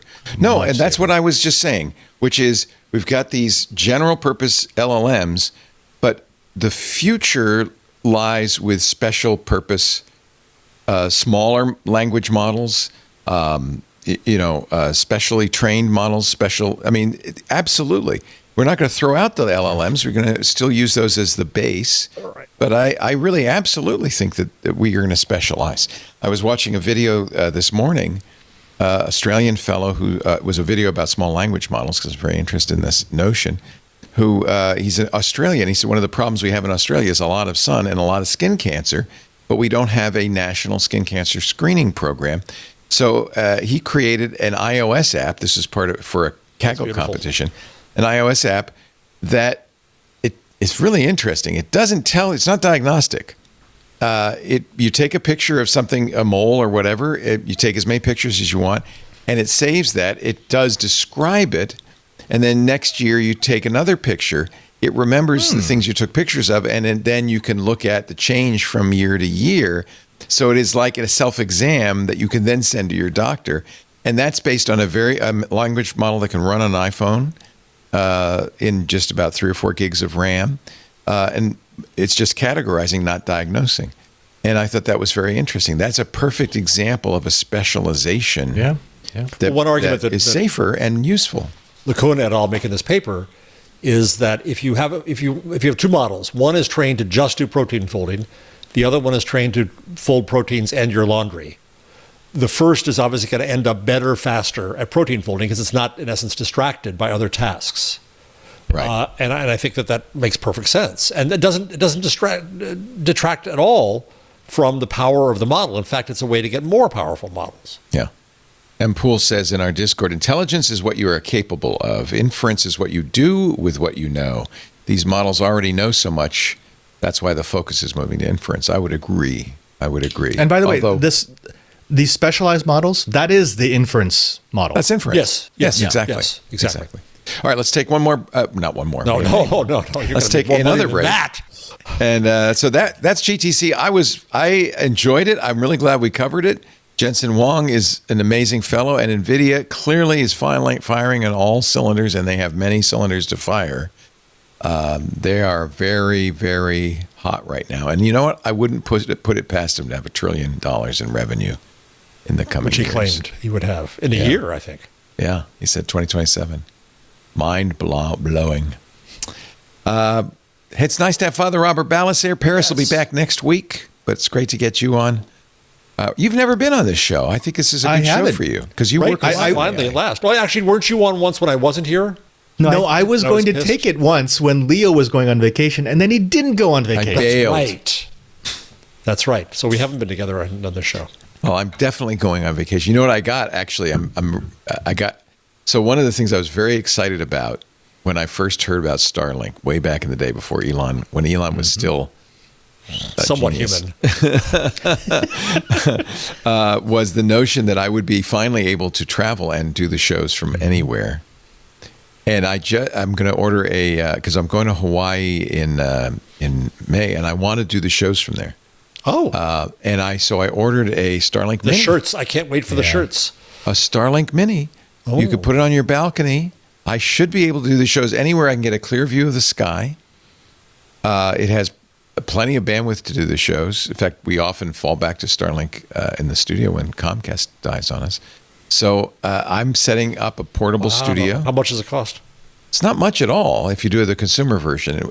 Right now we have a business account, which means I have to go to Costco or Best Buy and buy it I have to wear a hat and a mustache and buy it and stick it under my raincoat and say, I'm a consumer. Did you know they don't let you take those on cruise ships? For good reason. Yeah.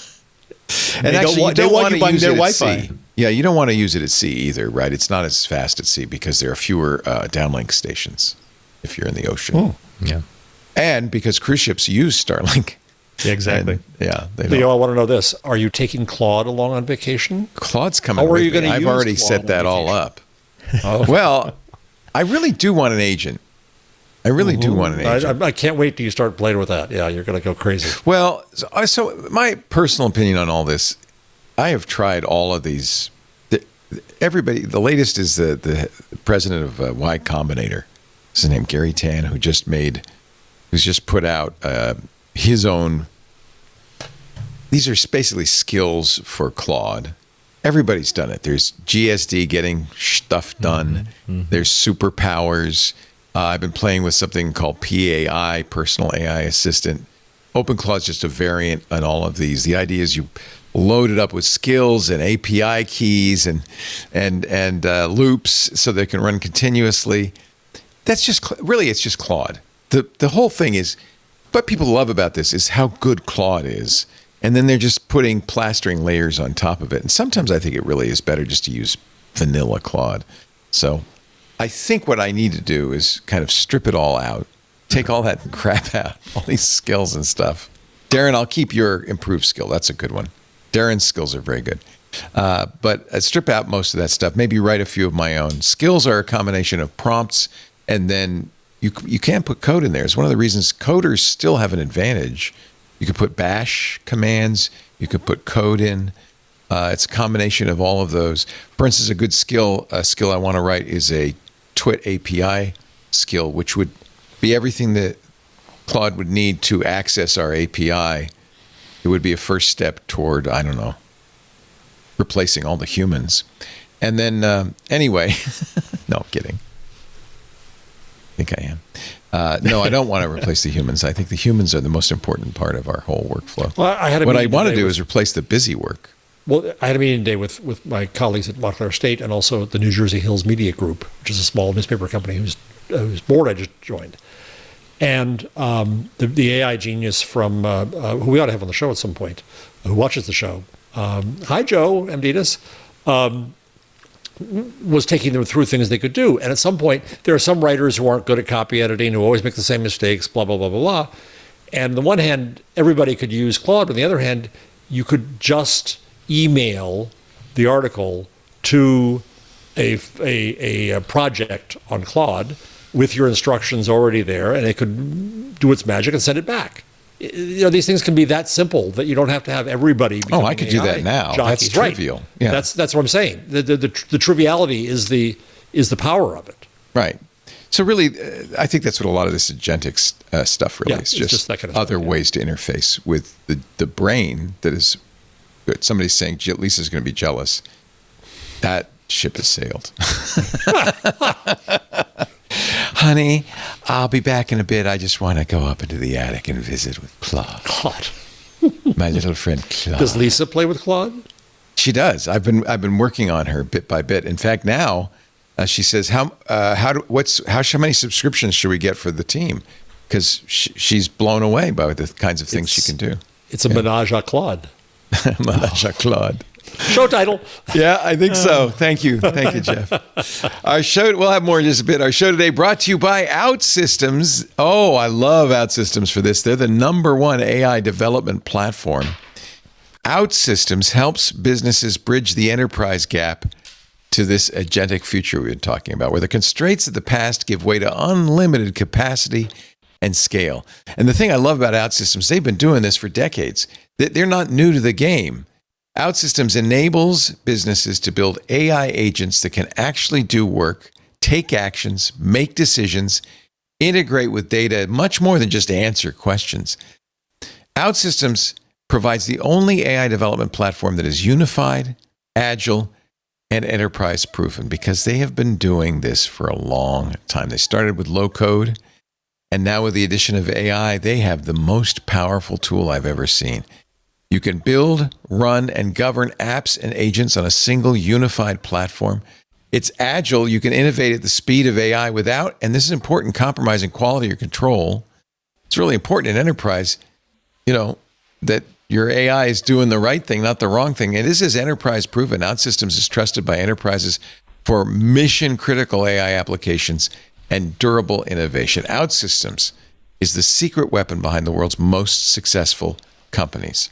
And by the way, not just for, small one-off apps, OutSystems works with the massive, complex systems that today, right now, are running banks, insurance companies, and government services. OutSystems even helps companies with aging IT environments bridge the gap to the AI future without a rip and replace nightmare.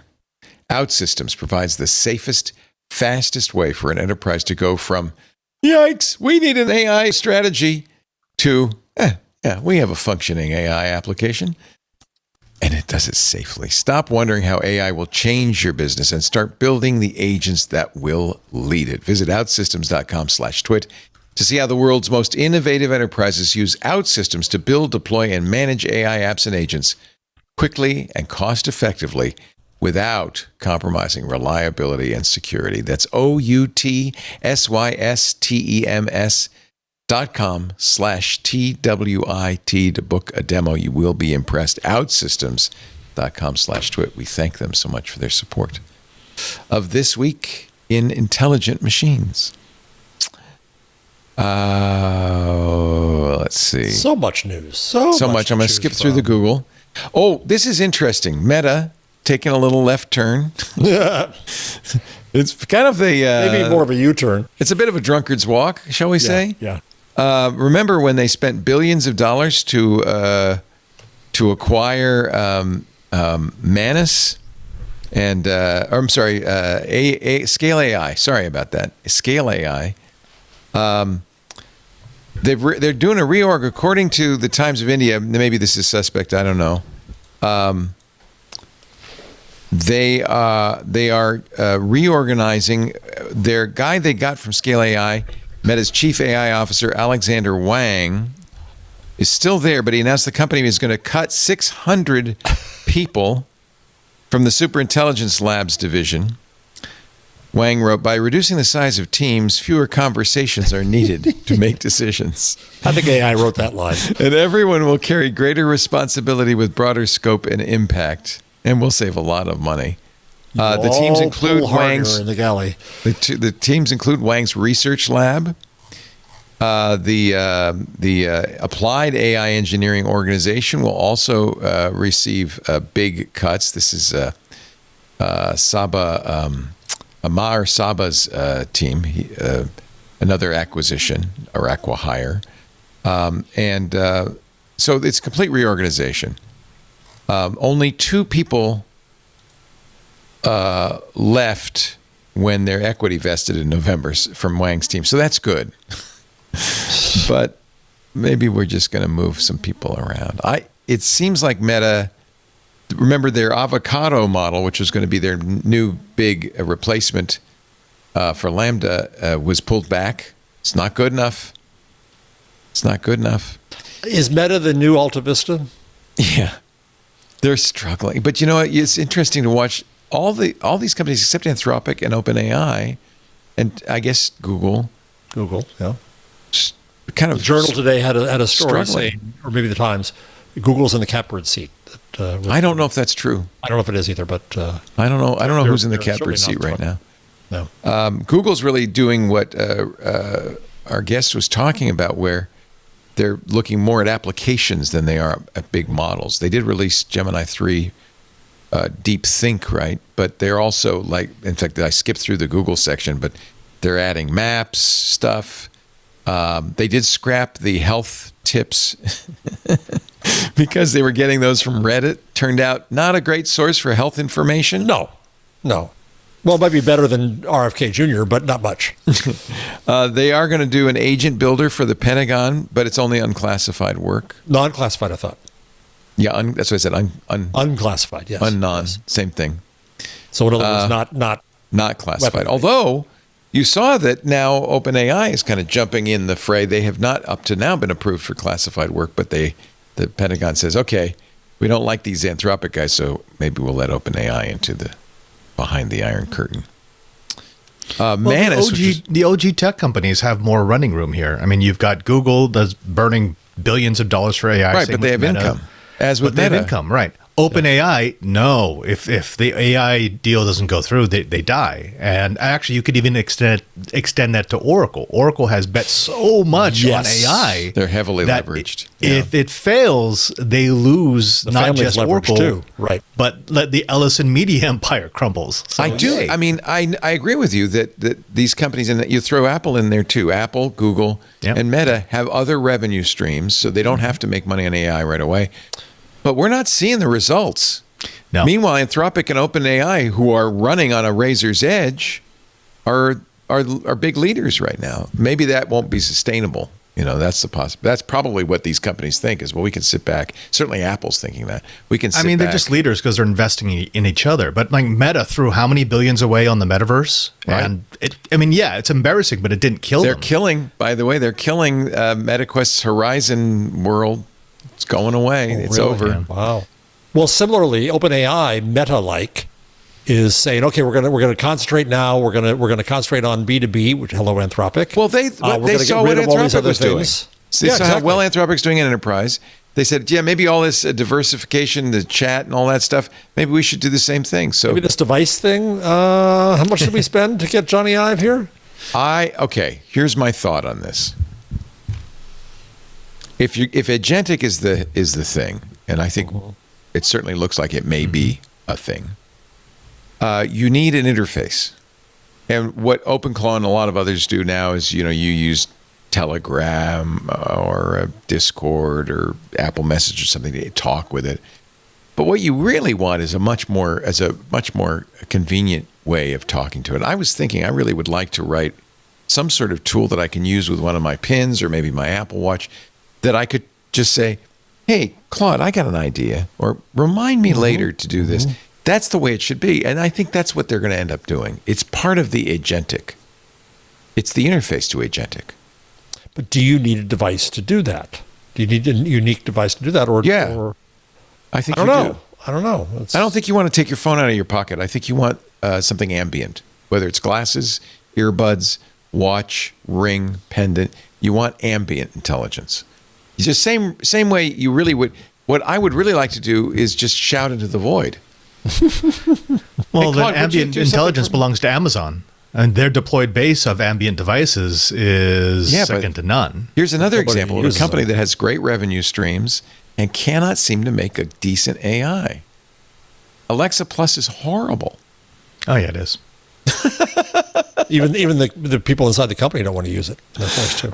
So maybe the urgency of we are going to run out of money any minute now is pushing Anthropic and OpenAI faster, and they're doing better because of it. Yeah, they have to sprint. Maybe these they have other to sprint companies- off the line.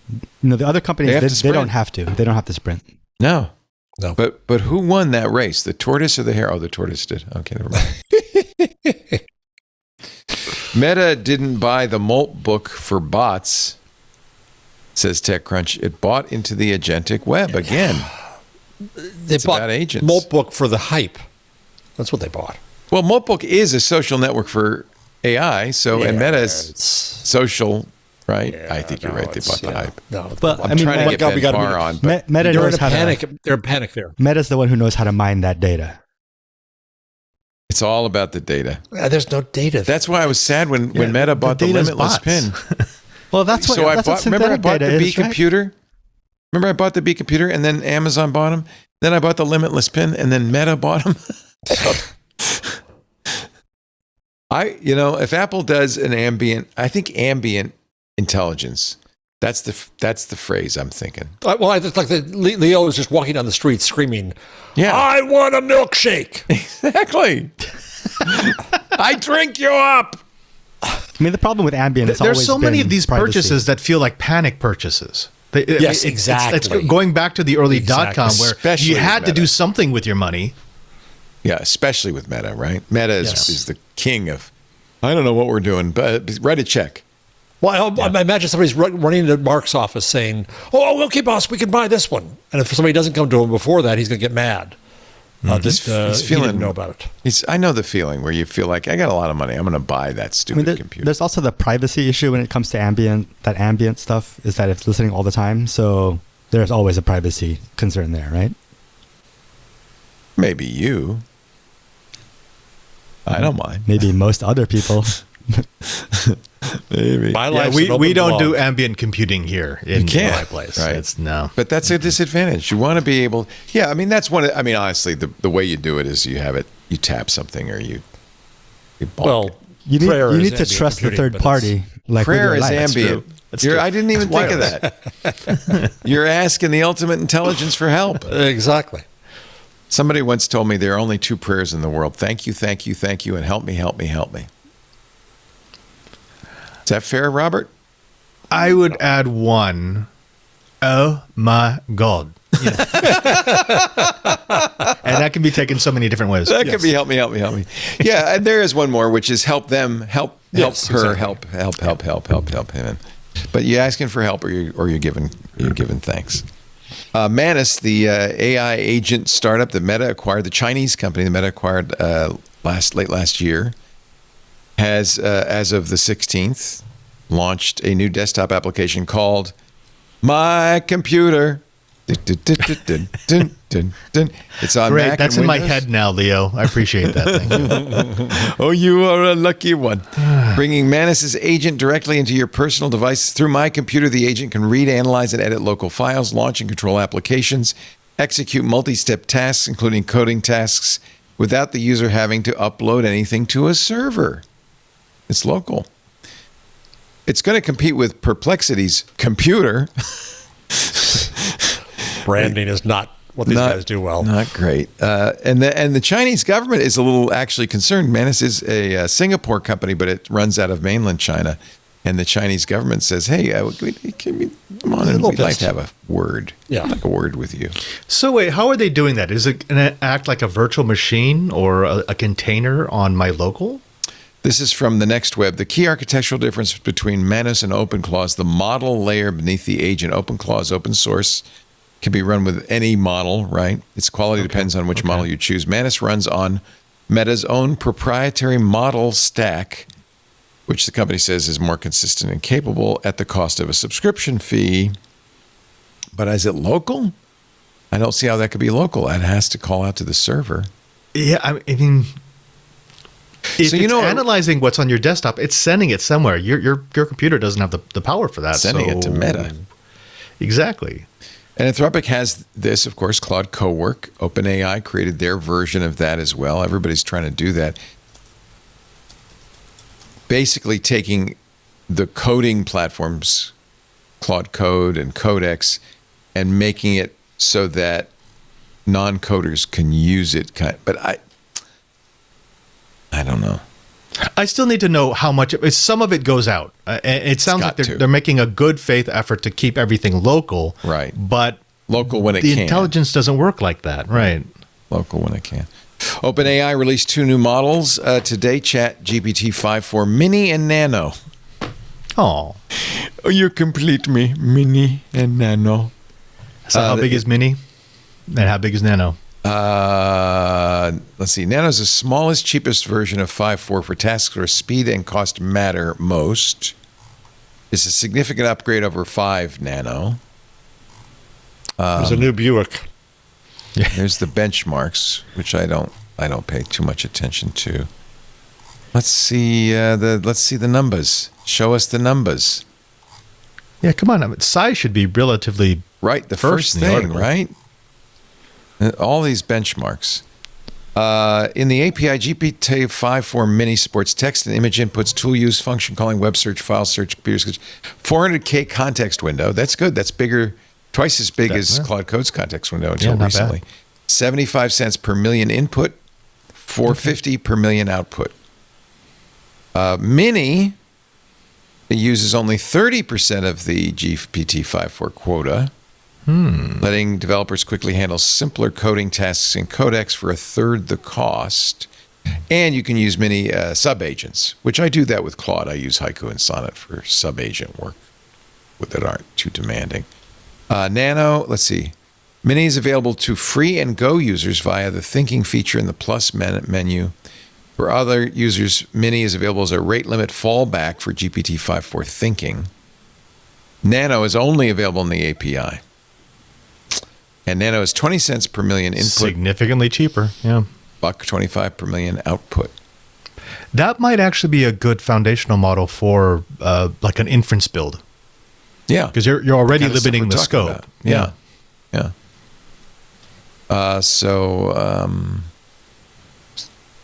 Yeah, that's all the information I have. This is from OpenAI. OpenAI has signed a deal with AWS to sell its AI services to government agencies for classified as well as unclassified work. This is their opportunity to get in the door. Microsoft is now threatening to sue them. Saying, no, you're ours, OpenAI. You can't do a deal with AWS. You're ours. Traditionally, Anthropic has owned AWS, right? And that was a big advantage for Anthropic. But OpenAI has really jumped in the breach. But speaking of breach, Microsoft says that's a breach of our contract. And they are threatening to sue. So that's a trouble in paradise thing. They were friends. Well, I mean, come on. That's been going on for more than a decade now. That Been back kind and of a forth between breakup. Microsoft and AWS. It's kind oh yeah, but I was talking about OpenAI and Microsoft, right? Microsoft gave him $10 billion. Yeah, Microsoft also gave Apple the money that saved them. So Yeah, 150 million. Yeah. they're good. They're very good at that. Yeah. Yeah. Maxwell Zeff writing in Wired, inside OpenAI's race to catch up to Claude code. This is what you were talking about, Jeff. Mm-hmm. Kind of a repositioning. Do they still want to do the adult chat? There's now controversy within the company. The safety people there are saying, this is really a bad idea. It is a bad idea. And they haven't repudiated it yet. They have to. They have to repudiate it. I'm no prude. I'm no Puritan. But from a business perspective, it just doesn't make sense to advertise it. Claude Code accounts for a fifth of Anthropic's business, more than $2.5 billion in annualized revenue. Codex, less than half that. So OpenAI says, wait a minute. We need to get in on that. That's where the money is enterprise computing and inference. Mm-hmm. It's the age of inference. It'll last at least a month. I still think it's more of the age of agentic, but that is an inference. That's one kind of inference, I guess. Mm-hmm. The information also had this story: OpenAI, Musk, and Focus. One of these things is not like the other. Fidji is a very good man. Fidji Simo, who's the CEO of applications, is a very strong manager. And I think that she'll bring sense to this. She was at Meta, and then she was at the CEO of OpenCart. She's I've the known her one for quite some time. She's really smart. She's the one who told the all-hands meeting last week at OpenAI the company needs to, quote, refocus on business customers and cut down on side quests that are becoming a distraction.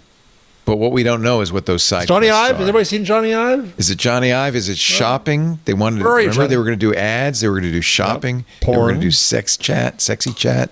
Yeah, he was announcing something every day. He was kind of chasing Perplexity, which was going for the press release. Yeah. But press releases cost money if you actually do what they say. Meanwhile, in the same story, she talks about Elon Musk, another example of a company that's throwing out its models, XAI. God knows what he's doing. He's publicly trashed the state of play at XAI, tweeting XAI was not built right first time round. So we're rebuilding it from the foundations up. That followed the departures we reported last week of most of XAI's co-founders. I mean, it probably had something to do with the fact that he kept wanting to put his thumb on the scale every time his AI didn't give him answers he wanted. Yeah. I mean, that's a really good way to bust your training model. Yeah, and I still don't believe that. I mean, everybody else is making public hires and all this kind of stuff. I've got to believe that Musk cheated Oh, yeah. in some form to make what's there. if he would if he could. Let's put it Even more than DeepSeek supposedly did. Here is Sam Altman talking at a conference. Fundamentally, our business, and I think the business of every other model provider, is going to look like selling tokens. You know, they may come from bigger or smaller models, which makes them more or less expensive. They may use more or less reasoning, which also makes them more or less expensive. They may be running all the time in the background trying to help you out. They may run only when you need them if you want to pay less. They may work super hard, you know, spend tens of millions, hundreds of millions, someday billions of dollars on a single problem that's really valuable. But we see a future where intelligence is a utility like electricity or water, and people buy it from us on a meter. On a metered intelligence. I wish we'd played this for Raman. It's commodifying the Enlightenment. Right? It's commodifying all education, all thought, everything else into some commodity that he's going to own and sell on a meter. It's just offensive. And this is it's why they're hubris. behind. Yes. Because Anthropic doesn't sell tokens. They sell services. They sell things that you want. OpenAI is still caught up on this idea that they're going to be the power behind everything, and everyone buys their tokens and then turns them into services. Well, one of those has a future in the enterprise. One of them doesn't. Yes. What did you both think of Jensen Wang's hint that he's going to compensate employees with tokens? I don't think it's just him. I think this is all the rage in Silicon Valley now. Is you get your pay package, and in there is, and we will give you, 20,000 tokens a week. Tokens, for people who are saying, what are they talking about? Tokens, we keep saying that word. It's the information going in and out of the AI, right? Yep. Everything the AI sees is tokens. So if it ingests the works of Shakespeare, the process of the transformer, the process of the neural network is to take those words, those chunks of phrases, because not always is often not just a word, those little chunks, and turn them into tokens. Yeah, the relationships. And so the tokens are the fundamental, they're the bits of intelligence, in the sense of bits and bytes. They're the bits, the smallest unit of intelligence in an AI is a token. And when you're using AI, you are putting tokens in your prompts, information it gathers from the web and stuff. And then you're getting the results back as tokens. And they charge you on both sides of that. That's right. Wait, so That's what we were talking about. So this is just the return of company script then, right? I think 16 what he's really trying to tons, say what is, do you get? it's Another day older and he's tokens saying for no. I that. don't think he's saying that. I think he's saying it's a utility. It's going to be that's how we pay for the internet. That's how we pay for water. How we pay for electricity. Yes, but if he's paying his employees in tokens, and they can only spend those tokens on OpenAI. Oh, I see what you're saying. Right. Well, no, that's not necessarily how it's going to be. First of all, you'd be foolish because you can't pay the rent in tokens yet. Maybe you will. Oh, just wait. Just wait. You know We're what? gonna see the monetization of tokens. Robert, what do you think? You know about alternate NFTs. currencies, cryptocurrencies. Do you think tokens could become the new dollar? Yeah, this is just another privatization of a financial utility scheme. It's a currency. It's currency. It's currency. Now, any currency has the ability to be translated, converted into other currencies. So what he's saying is, look, I want to reward my employees. I want to pay my employees in a currency that can increase in value if they put more work into the company. I honestly think the demand comes from the employees as much as it comes. In other words, if I'm going to go to work for one of these companies, I want to know how much intelligence am I going to get? How much use of your product am I going to get? They get it for what? They get it for building their own companies outside the company? No, well, that would be part of the negotiation. We don't know. Do they get it for their 20% time? You could be rapacious and say everything that you do with your tokens we own.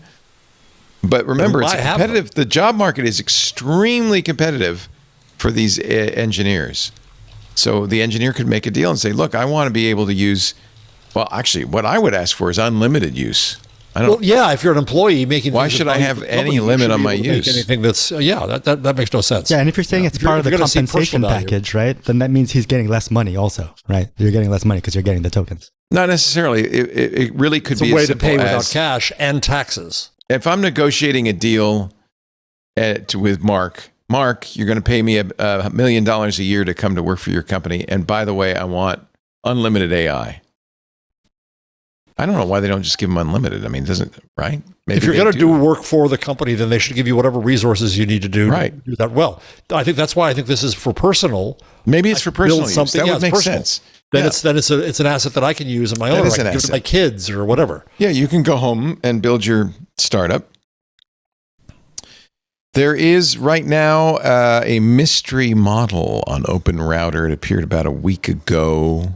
It's called Hunter Alpha. Everybody's talking about it. People think this is the next DeepSeek version. DeepSeek has really been a disruptor in the AI world. They came along.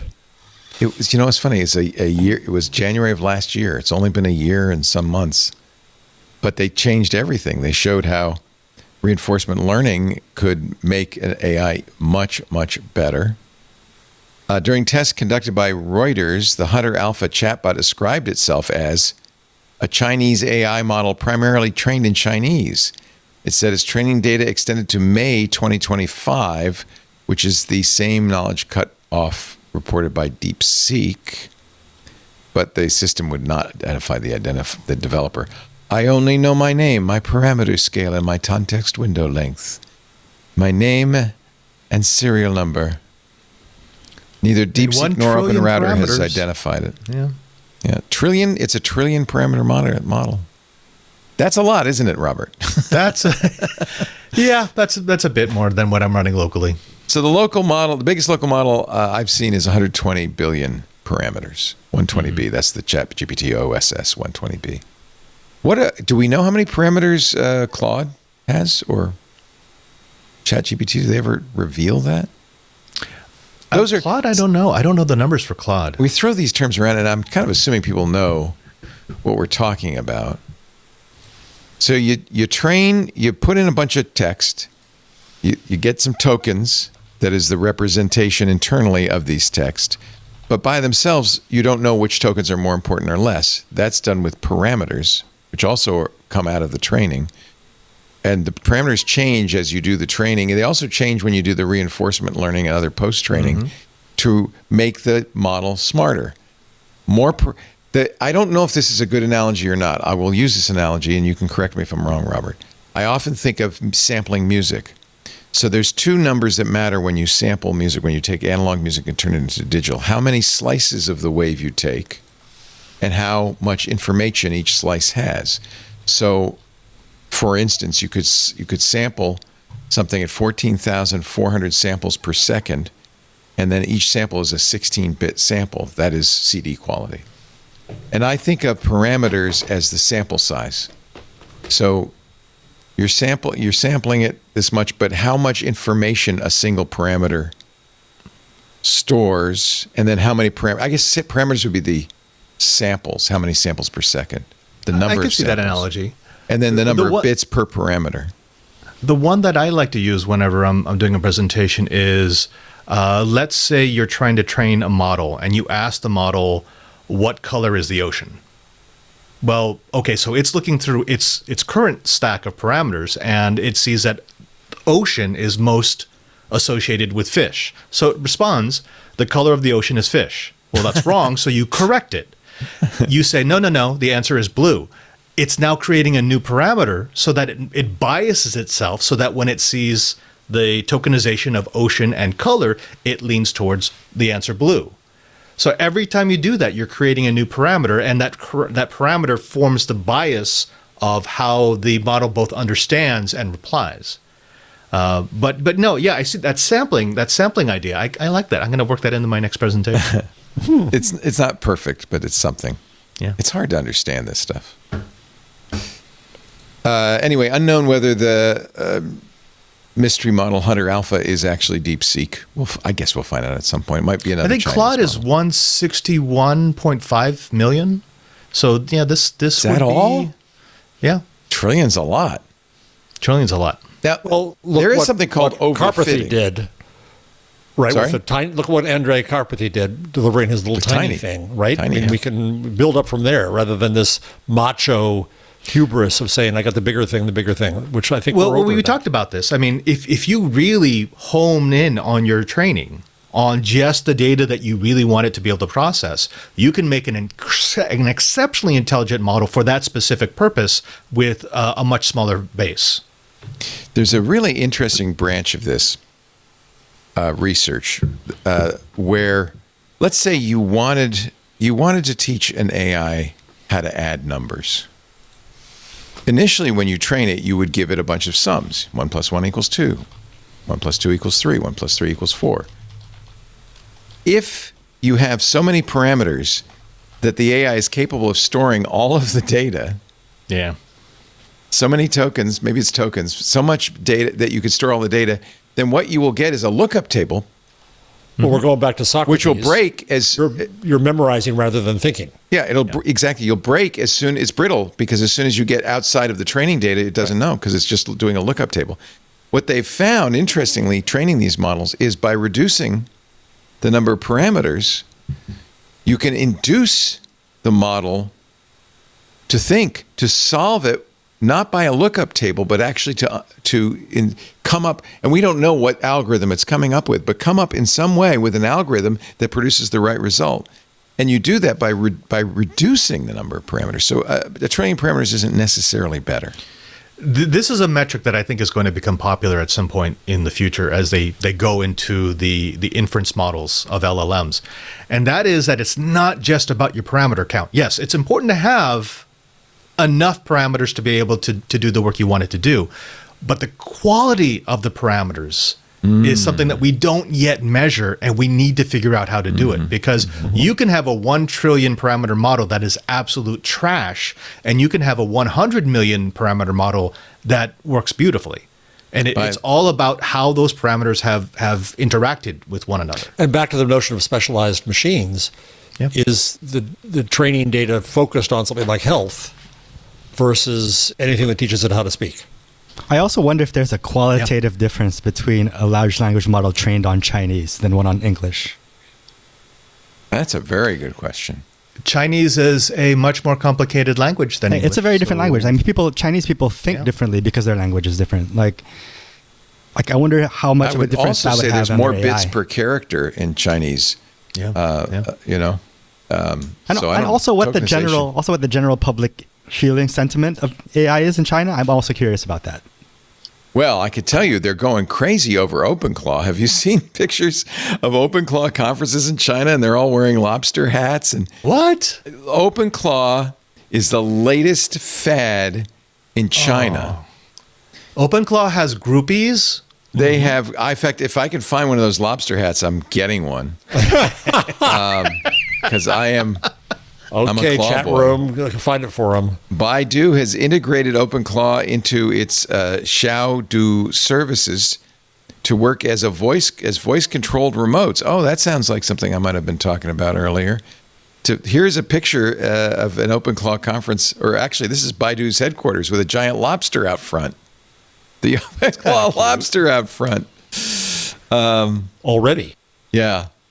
They have OpenClaw smart speakers that you can talk to, a voice-controlled remote for the AI agent. I had that idea. I should have patented it. Is the hat For a that I just lobster put hat? in the chat the one you want? Yeah, because a Chinese let me see. company is going to honor your patent, Leo. Oh, yeah, that's right. Doesn't really matter what I patent. Yeah. Yeah, that's the hat. That's the hat. Okay. Well, that's one of them. Ah. They were all wearing them. I saw pictures of big conferences in China where people were wearing lobster hats. That's a crab, though. You think? That's a crab. Yeah. Oh, wow. Do you think I could get a sponsorship from OpenClaw if I could get Pope Leo to wear that hat? Yeah. It looks And a bit like a if you skull got the cap puffy with just some jacket additions, and the hat. right?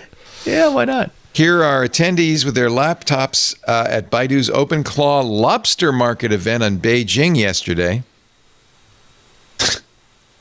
This is great. I'm so excited about this. I love it. We don't have that sort of stuff happening at our universities. I mean, we don't. But have this sort we of do have fandom. it happening in San Francisco. There's all sorts of stuff. There are OpenClaw meetups. Are you kidding?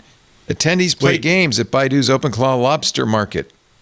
See, There are OpenClaw there's a guy. meetups in San Francisco, Leo. Oh yeah, you didn't know about that? I've been over here for a while. I know. Oh my God, yes. Peter Steinberger is like AC/DC. He shows up and it's like rock and roll, man. Okay, well, I got to go back to California now. OpenClaw, it's very hot, very very hot. All By right, the way, let's take- Darren in chat just gave us all lobster hats. Just FYI. Oh, Also, Darren's very quick on the draw. also, Burke found your lobster hats on Amazon. Yeah, that's pretty good. And this is a 2-pack, so I'll get one for you and one for me. One for thee. We're going down a One for lobster you hole and one for here, guys. Claude. Yeah. Oh yeah, my Claude should have its own hat. Yeah, Shouldn't it? absolutely. This is another kind of lobster hat. I like the one you're wearing, Jeff. It's got beady little eyes looking straight at me. Oh, very nice, Darren. Thank you. Let's take a break. We have so much more to do. We did the boom. Let's do the doom. And when we come back, the boom and the doom and the gloom. We're talking AI with intelligent machines. Father Robert Ballecer, the digital Jesuit. Are you the go-to guy at the Vatican for AI?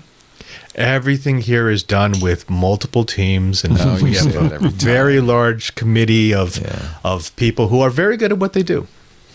Yeah. Before we got on the air, we were talking dicasteries. Yes. And What's that? Ruman really quite likes that word now. She's going to use it in her. What's a in her organization. dicastery? Dicast. It's our way of saying department. It's a fancy word for department. Oh, okay. Anyway, it's great to have you and your wonderful. And thank you for staying up so late. Oh, I didn't even think of it. It's after midnight, isn't it? Actually, you got me at a good time because we're in that 3-week window where the United States does daylight savings before us. So it's only 8 hours right now. You're going to get very busy too. We're in the middle of Lent. And, we've got something coming up in a week or two here. There's a little thing. Do you do priests give up things for Lent? We do. What have you? Do you want to share what you gave up? I gave up sex. You're so irreverent. No, I gave up soda. I gave up soda for Lent. Yeah, that's a good thing to give up. It is a very good thing. And the funny thing is, I always feel so much better every time I give up soda. I know. And then within like 3 weeks, I go, I want another soda. Big soda's got you in its claws. It does. It so does. To speak. It's very appealing. You know, when I was a kid, it was a big deal. We would get my dad, because he really wasn't a very good cook. He'd bring home chicken lickin'. He called it pizza chicken night. He'd bring home a pizza, chicken lickin', and a bunch of Coke. And for some reason, in my mind, Coca-Cola and pizza and Coca-Cola and fried chicken, they just go together. And you get programmed, don't you? I wish I had never had soda because that burst of sugar, it doesn't leave your brain. It's basically heroin. I used to drink 6 a day. Yeah. And then when I got atrial fibrillation with 9/11, I couldn't have caffeine. And so I gave up Coke entirely, and I managed to do it. But congratulations! My kids thought there's no way you're giving this up. Yeah. 6 a day. Were they sugared or diet? Oh yeah. Oh, and I hated the diet. I'd wake up in the morning, and the first thing I'd have is a Coke. The bubbles wake you up. It's wonderful. Yeah, a little jolt of caffeine. And all of our parents also use it as like a reward. So in our heads, it's like it's a reward. It's a reward. But I remember that reward at McDonald's, and the cup of Coke was like this big. Yeah. That was, and now it's like this big. Yes. So and that's the small. That's the small. Yeah. It's America for you. Also, Father, along with Father Robert, we've got Jeff Jarvis, Professor Jeff Jarvis. Are you a doctor? I didn't ask. No, God, no. No PhD for you. No, I don't have a master's. I've created 3 master's degrees, and I'm working on creating a 4th. Hysterical? And I haven't had one myself. Oh, don't. I was with a bunch of academics. There's a wonderful academic named Andrew Pettigrew, whose book I'm about to read. And I was at St Andrews in Scotland, and I was with him and a bunch of his academic colleagues. And I said, I started 3 master's degrees, and they all looked at me like, well, why didn't you finish any of them? No, I don't mean that. I didn't mean that. I created them. But I'm too dumb. Out of whole cloth. Do you? Let's see. We'll take a break. We have a few more stories, and we have some picks. You're watching Intelligent Machines, brought to you this week by Zscaler, the world's largest cloud security platform. It's pretty clear the potential rewards of AI are far too great for any business to ignore, but it's also clear that the risks are as well. Loss of sensitive data, attacks against enterprise-managed AI, and of course, generative AI increases the opportunities for the threat actors, the bad guys, helping them rapidly create phishing lures that are so good, you're bound to click. They're using it to write malicious code. We have some examples on that on Security Now last week. And they use it to even do things like automate data extraction. Hey, you're using it. Why wouldn't they? It really is a problem with proprietary data being leaked. There were 1.3 million instances of Social Security numbers leaked to AI applications. ChatGPT and Microsoft Copilot saw nearly 3.2 million data violations last year. You got to do something about it. Fortunately, there is a solution. It's time for a modern approach with Zscaler's Zero Trust plus AI. It removes your attack surface. It secures your data everywhere. It safeguards your use of public and private AI, and it protects you against ransomware and AI-powered phishing attacks. Don't take my word for it. Listen to what Siva, the Director of Security and Infrastructure at Zuora, says about using Zscaler. AI provides tremendous opportunities, but it also brings tremendous security concerns when it comes to data privacy and data security. The benefit of Zscaler with ZIA rolled out for us right now is giving us the insights of how our employees are using various Gen AI tools. So ability to monitor the activity, make sure that what we consider confidential and sensitive information according to company's data classification does not get fed into the public LLM models, etc. Thank you, Siva. With Zero Trust plus AI, you can thrive in the AI era. You can stay ahead of the competition. You can remain resilient even as threats and risks evolve. Learn more at zscaler.com/security. zscaler.com/security. We thank him so much for supporting the show. Talking about AI risks, this was an appalling story. We've talked before about how face recognition is so problematic. But you would hope that police departments wouldn't rely entirely upon face recognition to apprehend suspects. Well, unfortunately, the Fargo, North Dakota Police Department did. They had video of a fraudster walking into a North Dakota bank, passing a bum check or something. They fed it to a database of face recognition, and the name Angela Lips came up. A woman who lives in north central Tennessee, not North Dakota. They called the police department in Tennessee, said, "Can you arrest her?" They did. They put her in jail. She sat in jail for 4 months without bail, waiting for extradition. She was extradited to Fargo, North Dakota, based solely on this face recognition. She said, "I've never been to North Dakota. In fact, I've never been on an airplane until they flew me to North Dakota to face charges."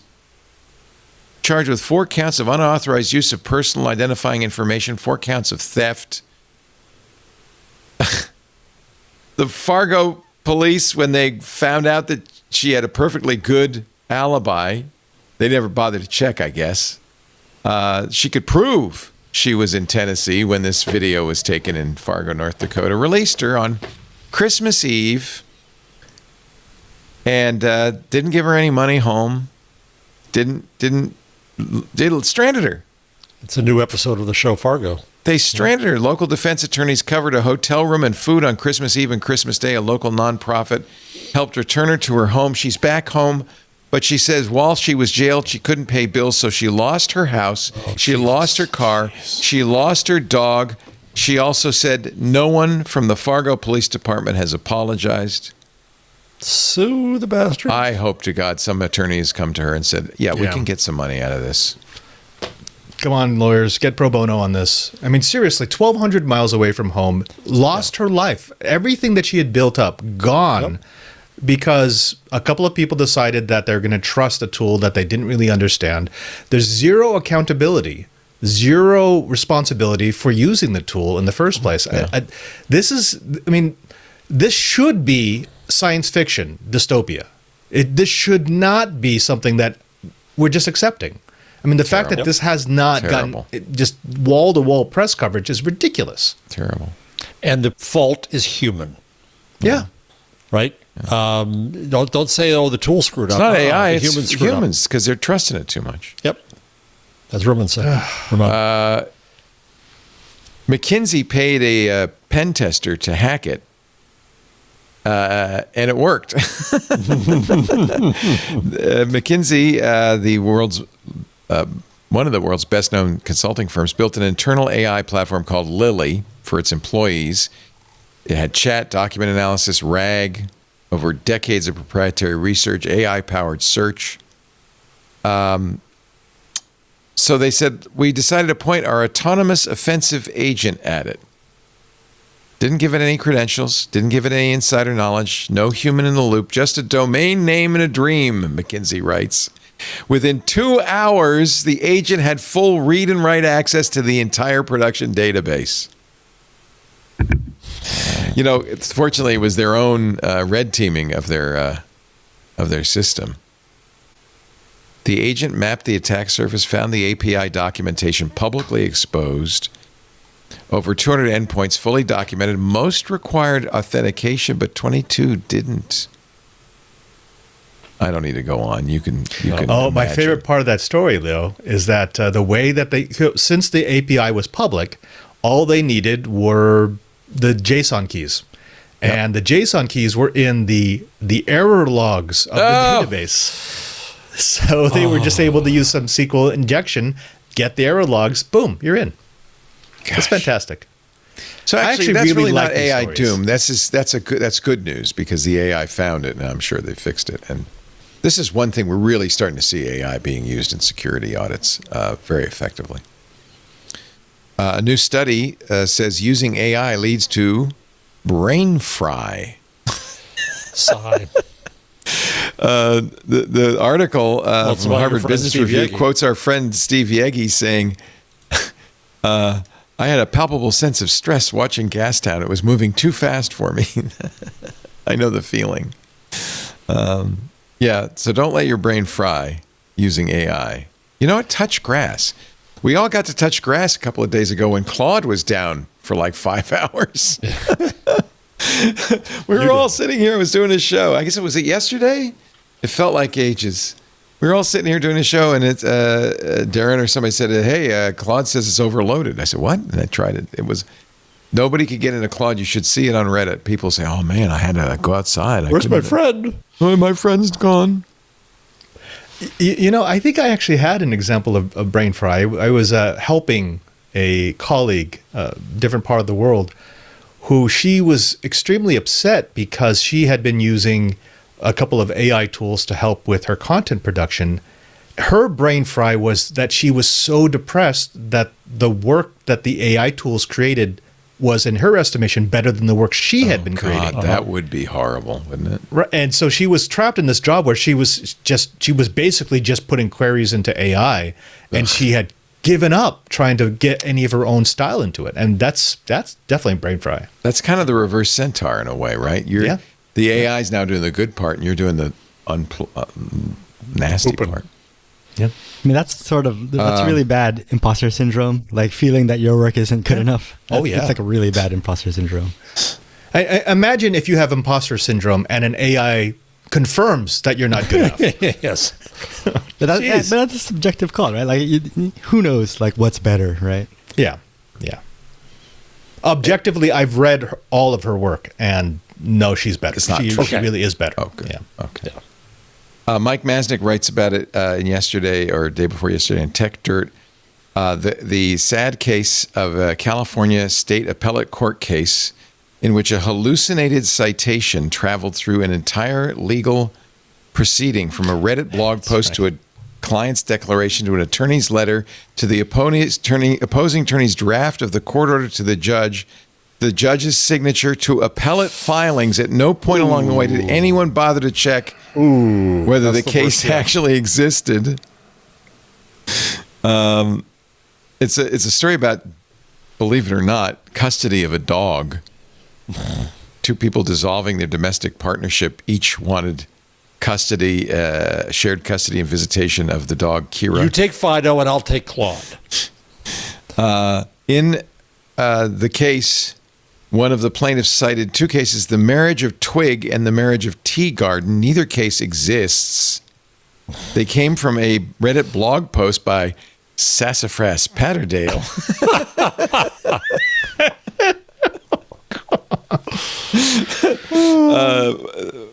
Munoz and her attorney did not actually realize the case was fictitious. They attached the Reddit article to an exhibit in the declaration.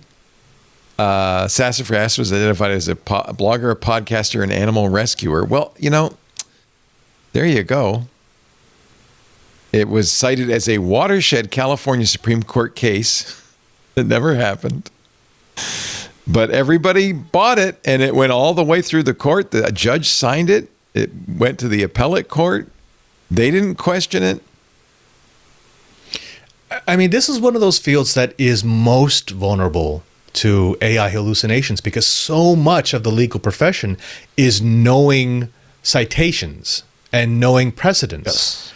So, and most of the time when you write these briefs with these precedents in them, it sounds like an AI hallucination, even if it's not, because it's just citation and then a small quote and then citation and a small quote.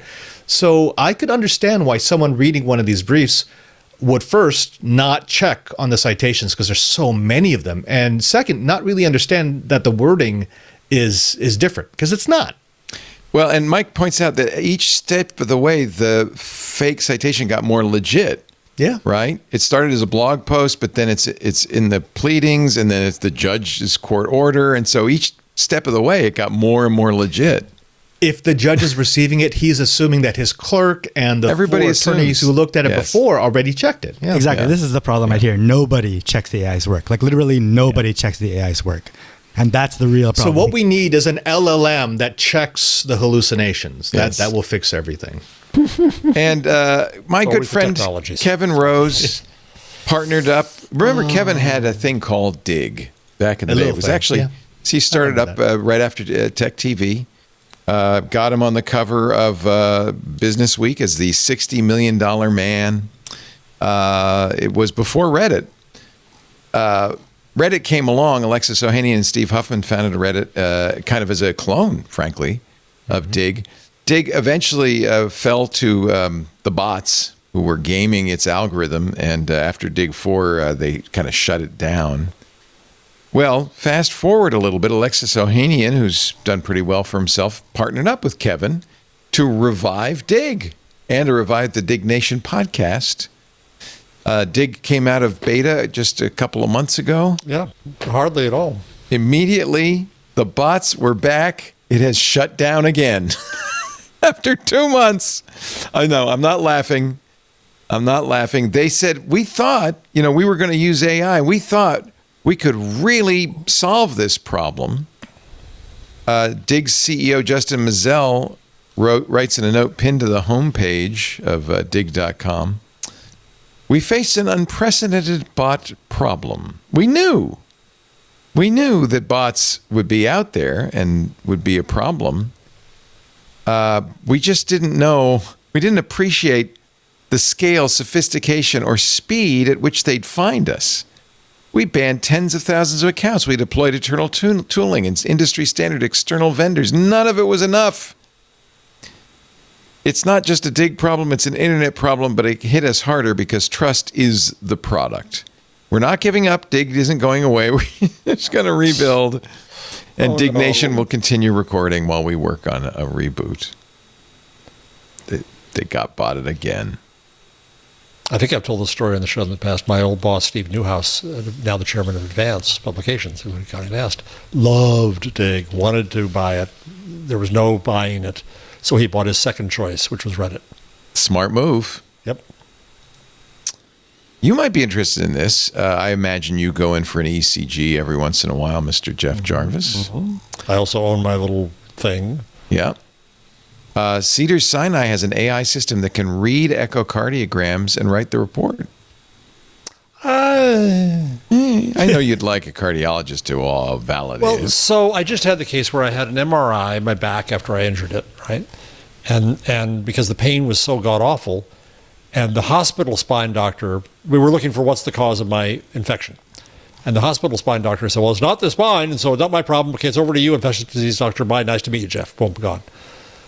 But then I got another spine doctor, and he did another MRI, and he looked at it, and he said, no. And the radiologist who read the MRI said, no infection. He said, no, there's an infection there. That's why you feel so bad, and that's why we have to keep treating you on antibiotics for the next 2 months, more than 2 months. Same data, same eyes, different eyes, but different perspectives. Using the AI, complementarily, in a complementary fashion, fine. But to have it read it, no. Well, I think that's what we've learned from the previous stories. Maybe you want a human eye on this. Yeah. Echo Prime was trained on more than 12 million echocardiography videos paired with cardiologists' written interpretations. It's done very well. State-of-the-art performance on 23 diverse benchmarks of cardiac structure and function, outperforming, well, I don't know if it's outperforming doctors. I don't see it's designed to assist clinicians. I guess that's important, not replace them. It produces a verbal summary cardiologists can review and act on rather than rendering an autonomous diagnosis. So that's okay, right? As long as the doctor looks. As long as the doctor's looking at it and challenges the doctor, fine. Right. Like. It is a second opinion. Yeah, I like that challenge.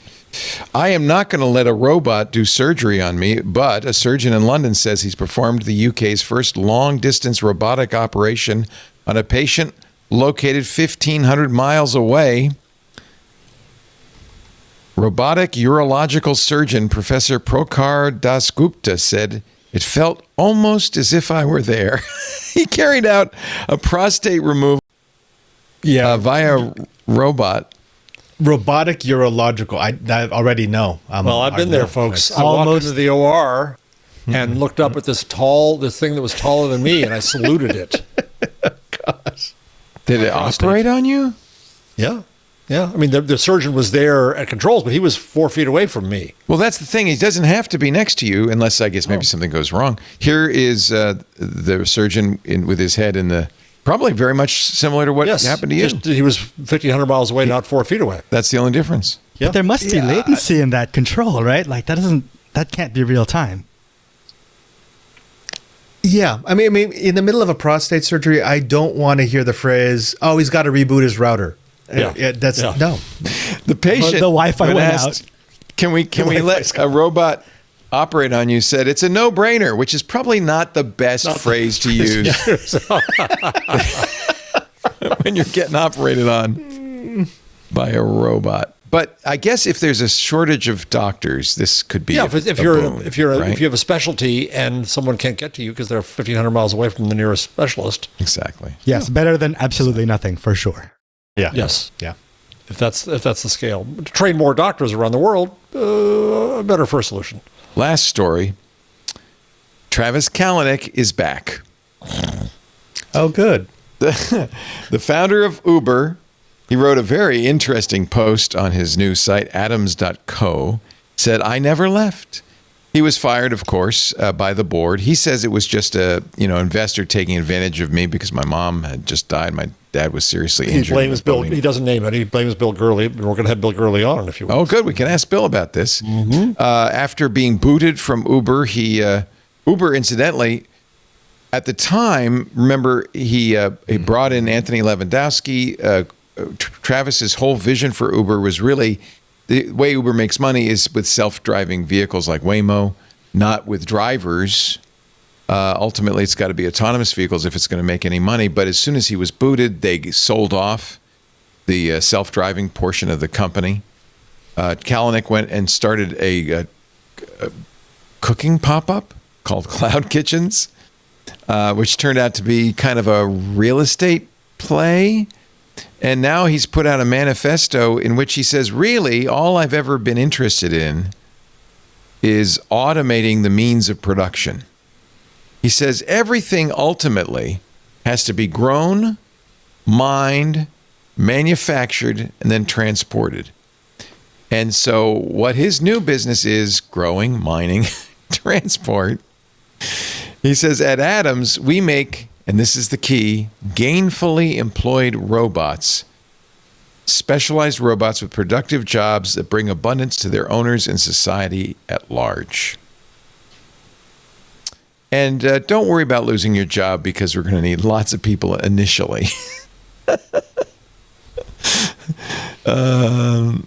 It looks like a pitch deck for investors, which is probably exactly what it is. If you look at that deck, I'm sure at some point in the deck it says we're enabling humans to be radically self-reliant, because that seems to be the catchphrase. Yes, radically self-reliant means you're living in a van down by the river. If you're lucky, you got a van. Otherwise, just you and the river. Mm-hmm. What if, he says, you had an industrial kitchen and needed to make 1,000 pancakes an hour?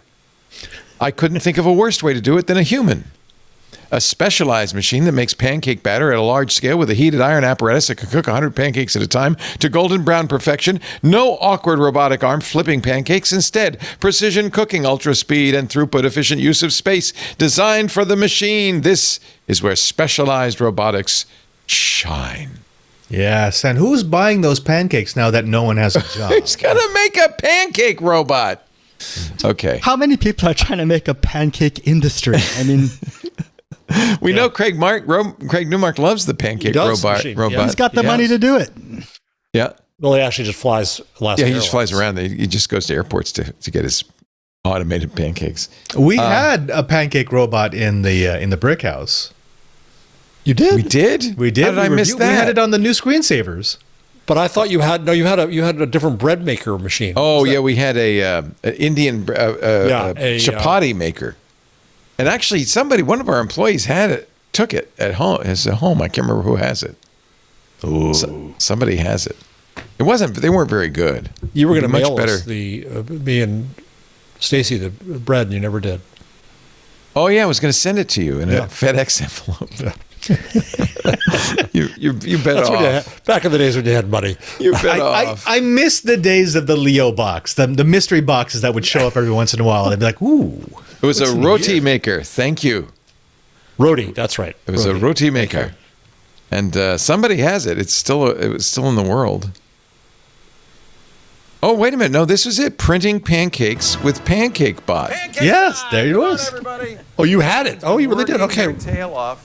Look at all these pancakes. You're right, Robert. Look, there's the Twit pancake. Oh, you're This right. is We fun had a because this is Pancake Bot. me. Oh, I That's remember supposed the to be tech. me. That we Oh, had it in made place. me. That is as good a portrait as Bill took. You can kind of see some features in there, though. You got, there's some nose and mouth. I want to eat this so bad. I really do. So this is the They pancake. tasted bot. Joining pretty us good. right I mean, now. it's Were they? pancake. Bot. Yeah. I should send this to Craig Newmark. Yeah. Just out of Austin. Here's the guy who invented the Pancake Bot in that little screen. There's Megan Maroney, Pancake Bot creator. You're doing this, and I'm fearing the screensavers is going to take us down from YouTube. No, this is our screensavers. I know. I'm joking. Wouldn't that be funny, though, if the old screensavers took it down? Or something. Well, I don't eat pancakes anymore. This looks like a I'm 3D old. printer. It's just a 3D printer with pancake batter. It's a 3D. It is. It's exactly what it is. On a hot with plate, batter. 3D printer with batter. He made it out It of worked Lego really first. well. Cleaning it was a pain. I remember that. Yeah. It always is. And as usual, well, not as usual, sometimes, because Jeff and I are old men, we read the obituaries every morning, and thank goodness we're not in them. I should mention that Jürgen Habermas has passed. Mm-hmm. And many people will know that Jeff refers to Habermas whenever he wants you to take a shot. What? Well, Gutenberg and Habermas. So besides you, the only person I've heard mention Habermas is Alex Karp, the founder of Palantir, who studied with Habermas. Studied with him, German philosopher, yeah. In German philosophy. If you go to my blog or my Medium feed, I put up a section from the Gutenberg parenthesis about Habermas and coffee houses. So tell us about, he was, by the way, 96, so he had a good, long life as Frankfurt philosopher. He created the notion of the public sphere, the bourgeois public sphere, in a book that was very influential. It took years before it got translated into English, so it was interesting. There was a delayed effect. And he argued that in the salons and coffee houses of England and France, there was reasoned civil public discourse. We should keep on going back to that. In my research for the Gutenberg parenthesis, still on sale now on paperback, what I found was that the coffee houses were not so civil. It was almost a conservative view that we try to recreate and recapture some magic time that never was. As often we do. But were they places for conversation? Oh, there was very much so. And what impressed him was in a country that was in England, that was fully class-based, anyone could sit anywhere and was expected to do so. It broke down class barriers. But there were also fistfights. There were also arguments, right? Well, anywhere people gather, there are fistfights. And this was really the beginning of public discourse in important ways. There were publications, the Tatler and the Spectator, and they would listen to what was happening in the coffee houses, and that would appear in the publication. The publication would come back in and feed the conversation in the coffee house, and it was this cycle of public discourse. It was a fascinating thing to discover, to study, and he was very provocative and right in lots of ways, but many disagree with him. The other problem was that he called it inclusive. Well, it only included those people who could afford to go and buy coffee and sit there all day. It didn't include women. It didn't include people whose skin was not white. And so it wasn't as inclusive as he thought. So there's arguments from the feminist perspective and from a race perspective. There were arguments about this. Nonetheless, give Habermas credit. Even though his prose, as I said in one of my earlier books, was as hard to digest as a cold German sausage, really hard to read, especially in good on you translation. for reading it. I mean, the translators often give up and just put the German words in parentheses. They don't know how to translate it. But he provoked tremendous discussion about what does the public mean. So I'll tell you how important the coffee houses were, as you point out in the Gutenberg parenthesis. King Charles eventually issued a proclamation for the suppression of coffee houses because he thought that they were seditious. Yes, that's very much like the FCC Fake today. news. The source of fake news. Yeah. Mm-hmm. Habermas is very important in Jesuit formation. It's Oh, one is he? of the absolutely. It's one of the philosophers that we very much push in our early formation because critical theory, this idea that all social constructs develop, everything from truth to knowledge to class, develop from the relationship, the power dynamic between the dominant and the oppressed groups. That's a very, very important and usable concept throughout both philosophy and theology. Man, you Jesuits are smart. No, serious. We I'm learn a lot of serious. trivia. We learn a lot of trivia. My dad went to a Jesuit high school, Regis, and a Jesuit college, Fordham, and he always called the Jesuits God's Marines. I don't know what that means, but that's actually that's true. So on July 4th, I'm taking my final vows here in Rome. Are you? That's like our last step. Yeah. Congratulations! Thank That's you. wonderful. Thank you. It's a very drawn out process. You've been going through this literally for decades. 32 years. 32 Wow, years, yeah. Robert. Yeah. Wow. Well, But- mazel. Are you unusually slow, or is this normal that it would take that long? No, I am slow because I've been jumped around so much from like the DC, Hawaii. Finally, we got to the place where Father General, who I live with here, he just said, "No, we're just going to do it. Let's do it now. Good. Let's do it." But there's a lot you have to do. I mean, there's it's a lot you like have to getting a do. PhD. I mean, there's a lot you have to do to get it. But this means I'm now Congratulations. taking I'm the so fourth happy for vow. you. That's great. Then the fourth vow is special obedience to the Pope, and that's where that God's Marine things come from, because the Pope can actually say, "I need someone here," and we've taken the vow saying, "Okay, I'll go. Doesn't matter what I'm doing. I'll pack up and I'll go." Is that the gang sign, by the way? Is the sign of the four? Fourth vow, baby. Fourth vow. Hey, I did not know that you. That's because I've been watching this progress for at least 10 years. I had no 15 years. idea. Wow. And I know there was you had to do these retreats. There was a lot you had to do. Oh yeah. Congratulations. Yes. Thank you. That's such great news. Is that how What's high as it the goes? Is there ceremony five? Is there 5 or 6? 5 or what? Another It's vow? final. Vows. It says Is that- final. that's the No, last one? 4 is it. So you're like, this is the it. most Catholic you can ever be. This is it. This is so technically after I do this, I'm no longer in formation. So I'm a fully formed Jesuit. So it 32 only took years of 32 formation. years. Wow. What's the ceremony? What happens? So here in the big chapel that we have in our house, the Borgia Chapel, this is our mother house, I will profess my vows again before Father General, and then we do not a secret, but it's a solemn ceremony in the back with just Jesuits, where I will take a bunch of promises and then the fourth vow. Oh, that's great. Wow, that's wonderful. Do you get a lobster hat to wear? I should ask about that. I don't. No, it shouldn't be irreverent. That is I'm so happy for you. That's Yes. fantastic. Thanks. Is there any insignia or sign that you can wear? Or hash marks on your sleeve, or No, it's Epaulets? there used to be. That's actually where this comes from. This caused a lot of hurt because it used to be when you got to this point, you were judged. And if you did not meet the standards, you would not get the fourth vow. You would get only 3 vows. Ooh.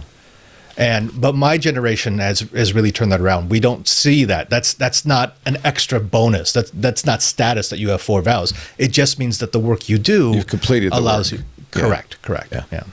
They don't kinda like tenure take your in soul and weigh it up on a scale with a feather or anything like Not that. anymore. There's no. That's they don't. I love that. Isn't that great? The feather and the heart. It's a Book of the Dead. Yeah, that's the old Egyptian way. Mm-hmm. Speaking of great announcements, once again, let's reiterate. Today, Jeff brought us the first scoop. It's now on the blog. Your new book series, Intelligence, AI, and Humanity, begins. And it begins with our guest, Rubin Chowdhury. This is going to be for Bloomberg Academic. How many books will there be? 3 to 5 a year. A year? This has been a process. Wow. To get this far, but I'm delighted. This is a big deal. We're here, and these 3 authors are signed up: Matthew Kirschenbaum and Charlotte McElwain and Rubin Chowdhury. It's a great beginning, and so they won't come out until early next year, which is what happens in books. But I'm looking for people to come to me and ask, topics, questions like, what is education? What does learning mean now? What is creativity? What is consciousness? Those kinds of topics. I want to look, Father Robert, at this notion of the hubris of man thinking he creates Ubermensch. Mm-hmm. And what does it mean to put yourself in the position of thinking that you're godlike? What are the theological implications of AI? There's lots of things that could I get the Holy Father to maybe write a book for it? Probably, actually. I'm not my joking goodness. about that. You witnessed it here first. That would be Mark Twain's publishing house. One of the things that actually took it down was very excited that he thought that every Catholic in the world would buy a biography of, I think it was the Prior Leo, I believe. Oh, yeah. Leo the 13th. It didn't sell quite as well as they hoped. And look, the work that the Pope would be putting out would be an encyclical or an official letter, so they tend to be kind of dry and very technical. Yeah. You wouldn't want Leo. You would want one of the cardinals, or no, even better, one of the priests who are working on the commission, because their stories would be far more interesting. There's so much to. I mean, AI. My point about all this. Harish Naqvi, who's the publisher of many other titles at Bloomsbury Academic, he called me one day and he said, "I'm thinking about a book series about AI. You want to edit it?" Hell yes. Yeah. And what excites me about this is it's not a book about the technology. It's about society on the technology. Yeah, much more interesting, how it reflects frankly. on technology, on society, and in turn back. And I think the opportunity here, it forces us, this is the conversation with Rubin, it forces us to imagine many topics about our life and society.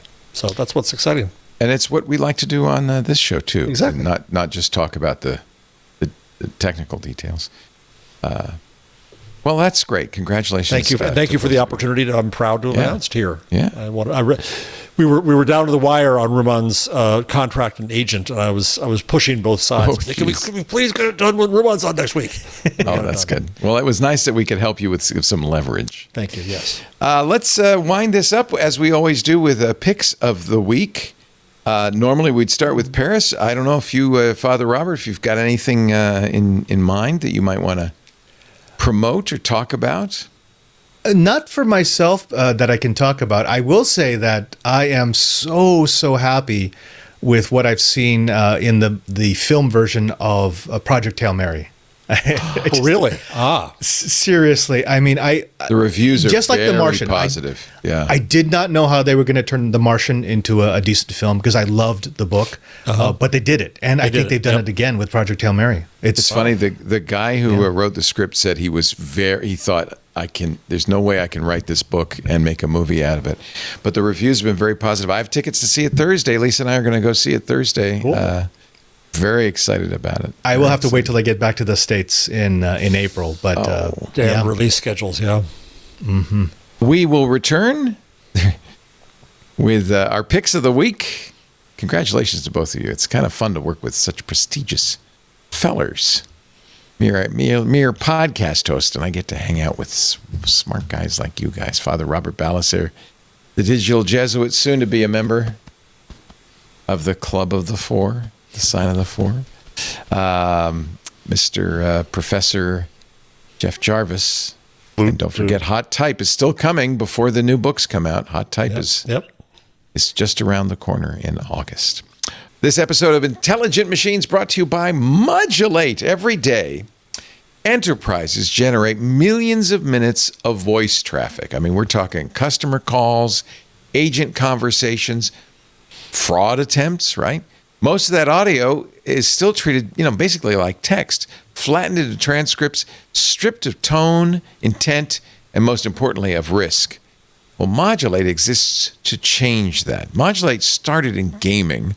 Modulate's technology was proven by supporting major players like Call of Duty and Grand Theft Auto. As you might imagine, these massively multiplayer games have a lot of audio, players talking to each other. Modulate helped these companies separate playful banter from intentional harm at scale. Not easy to do, by the way. Today, Modulate helps enterprises, including Fortune 500 companies, understand 20 million minutes of voice every day by interpreting what was said and what it actually means in the real world. This capability is powered by Modulate's newest ELM, E-L-M, Velma 2.0. Velma is a voice native. We're just talking about specialized models. It's a voice native, behavior-aware model built to understand real conversations, not just transcripts. It orchestrates 100-plus specialized models, each focused on a distinct aspect of voice analysis, to deliver accurate, explainable insights in real time. Velma does really well, ranks number 1 across 4 key audio benchmarks, beating all the large foundation models in accuracy, cost, and speed. It's number 1 in conversation understanding, number 1 in transcription accuracy and cost, number 1 in deep fake detection, that's huge, and number 1 in emotion detection, that's hard. Built on 21 billion minutes of audio, Velma is 100 times faster, cheaper, and more accurate than LLMs at understanding speech. That includes Google's Gemini, OpenAI, XAI. Most LLMs are black boxes. Velma doesn't just assess a conversation as a whole, conversation in, transcript out, but it breaks it down for greater accuracy and transparency by producing time-stamped scores and events tied to moments in the conversation, meaning you can see exactly when risk rises, when behavior shifts, when intent changes. With Velma, you can improve your customer experiences, reduce risks like fraud and harassment, detect rogue agents, and more. Go beyond transcripts and see what a voice-native AI model can really do. Go to Modulate's live, ungated preview of Velma at preview.modulate.ai. That's preview.modulate.ai to see why Velma ranks number 1 on leading benchmarks for conversation understanding, deep fake detection, and emotion detection. That's Velma at preview.modulate.ai. We thank Velma so much for supporting intelligent machines. Father Robert recommended we all go to the movies, which I'm going to be doing. I'm very excited about seeing it. I was, just like you, I had some trepidation. Yeah. It's a complicated book, but they from the clips I've seen, they got the tone right. They got the playful tone, the amazement tone, and Gosling actually might be the right actor for that. Yeah. So we had Andy Weir on, and he had just learned that Ryan Gosling was going to play the role, that the brothers were going to direct it. And I was like, Ryan Gosling, really? But actually, the more I think about it, the more I could see how he could play that kind of nebbishy kind of, well, I don't want to give away anything. Yeah, exactly. Character, let's say. Funny point, though. I had him on Triangulation right after it was announced that Matt Damon was going to play the character in the movie. Right. And you had him right after Project Hail Mary. So his 2 books that got turned into movies, he was on Twit. We've interviewed him for every book he did. Yeah. And I hope to interview him when the movie comes out. We'll try to get him. Andy's a great guy, and I think pretty well disposed towards the network. So I mean, Ryan Gosling is also a good actor, so it's like he's not just a pretty boy; he's a good actor. Okay, fair enough. Well, I am going to take. If you say so, I believe you. No, you know what? I was spoiled by La La Land. I'll be honest.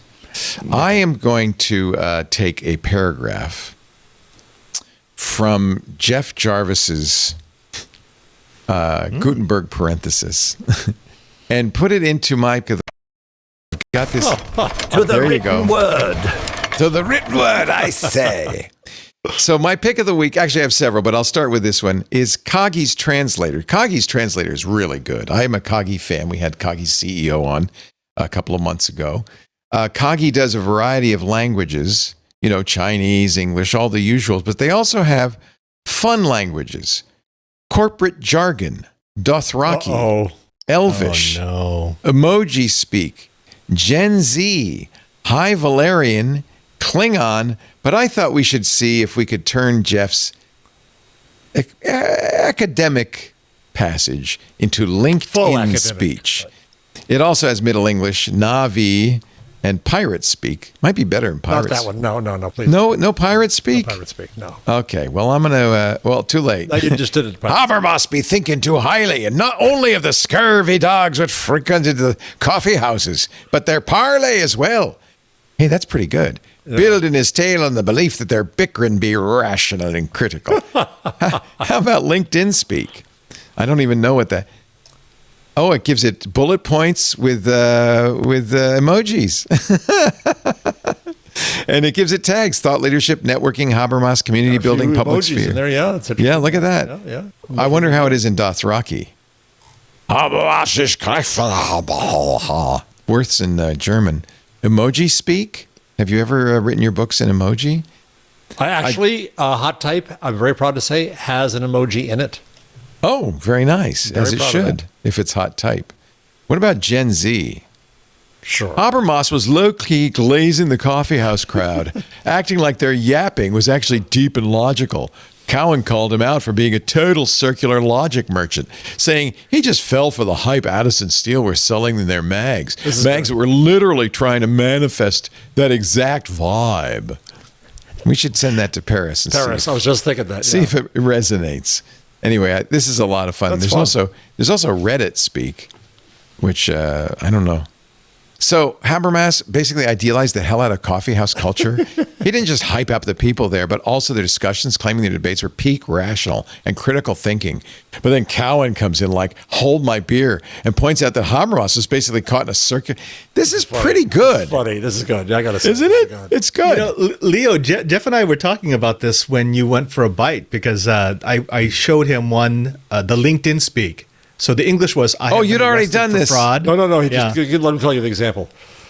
So what did you use? I have been arrested for fraud. And what did it say?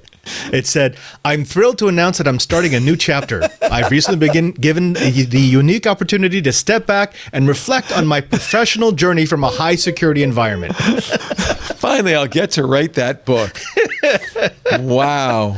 That is pretty awesome. So thank you, Coggy, for doing something pretty great. And then one other site I'll show you, because we've been talking a lot about local models. I have a really good little program called LLM Fit. It's an open source program. You can find it on GitHub that you can run on your machine to see if you can run an AI locally. But maybe this would be easier. It's called canirun.ai. You can tell it what machine you have. Oh. And what graphics capability and so forth. So let's say you've got one of those brand new M5 Max computers with how much RAM? Let's say 64 gigs of RAM. And you can see which models will run best on that hardware. These are the local models. So this is very handy. Mistral Small.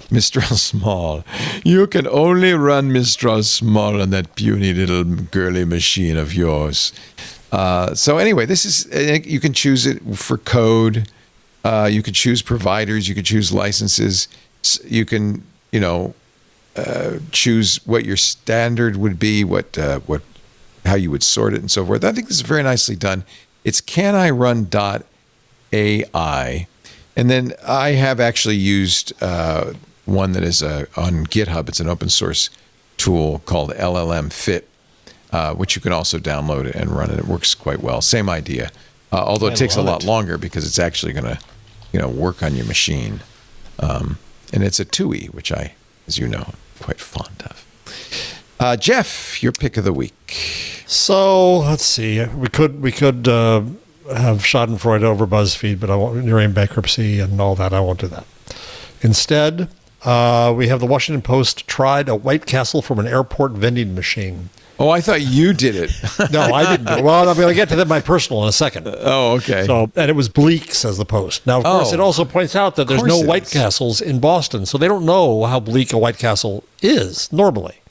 See, I would imagine, I mean, the White Castle, the whole key to the White Castle is piping hot, dripping grease, which is soaking up into the bun. It's steamed over the onions. That's all, and the bun has flavor a real crystals. steam gushy part to it. Yes. So this is a vending machine at Terminal A at Logan. There's a California pizza kitchen and the men's room. Great. Good thing it's close by, yes. At least it's nearby. Wow. I mean, Spain has vending machines that sell ham. So, Jamón ibérico. But I bet it's good. I mean, ham probably does all right in a vending machine. Probably, Yeah. I'm thinking.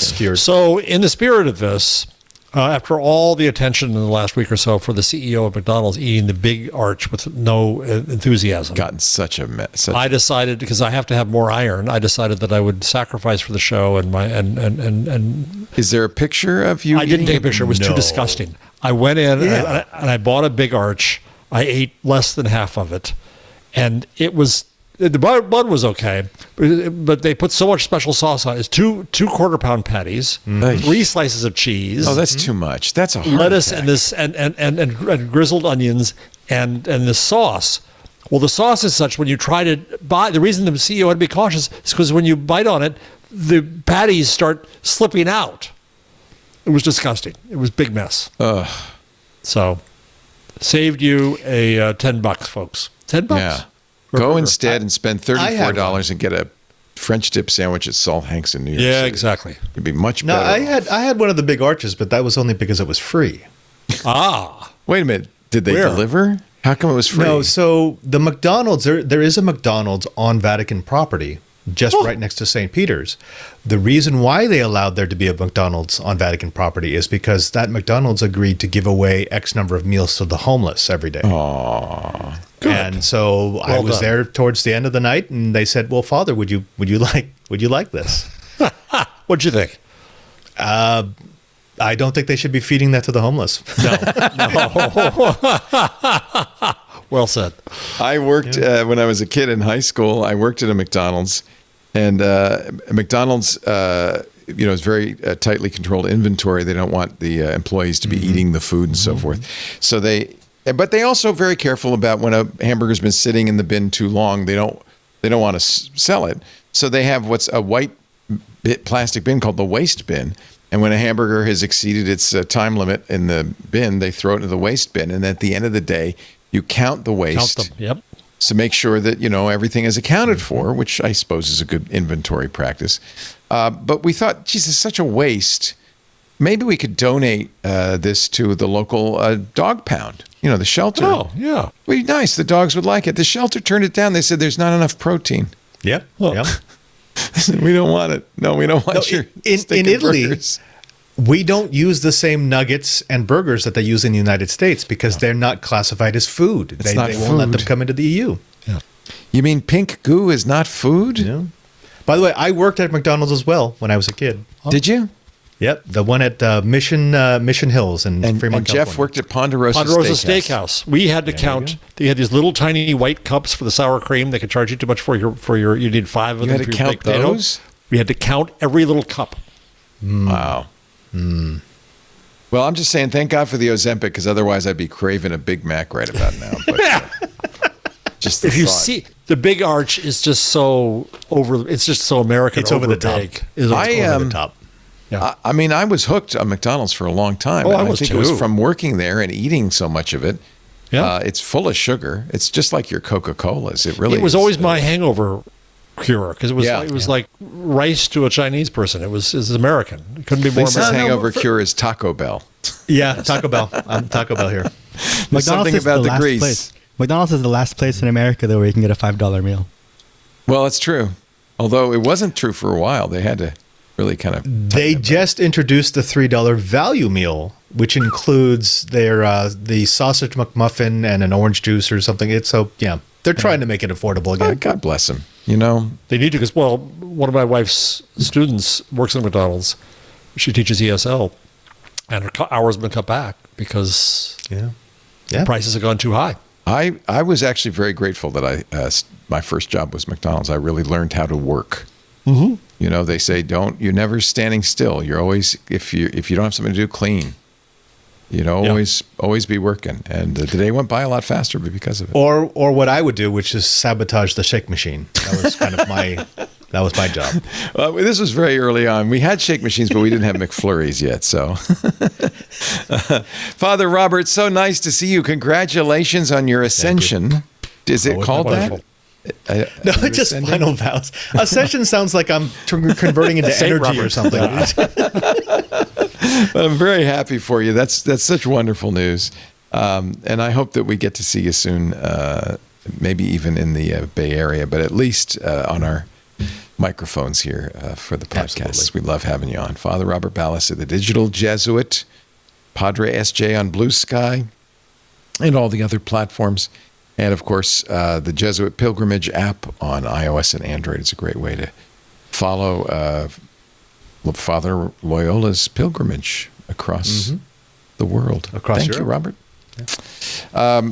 Jeff Jarvis, congratulations are due you too. Congratulations on the new book series. Very exciting. Very happy for you. Thank you for the opportunity to plug it here. Yeah. Thanks for letting us be the first to tell the world.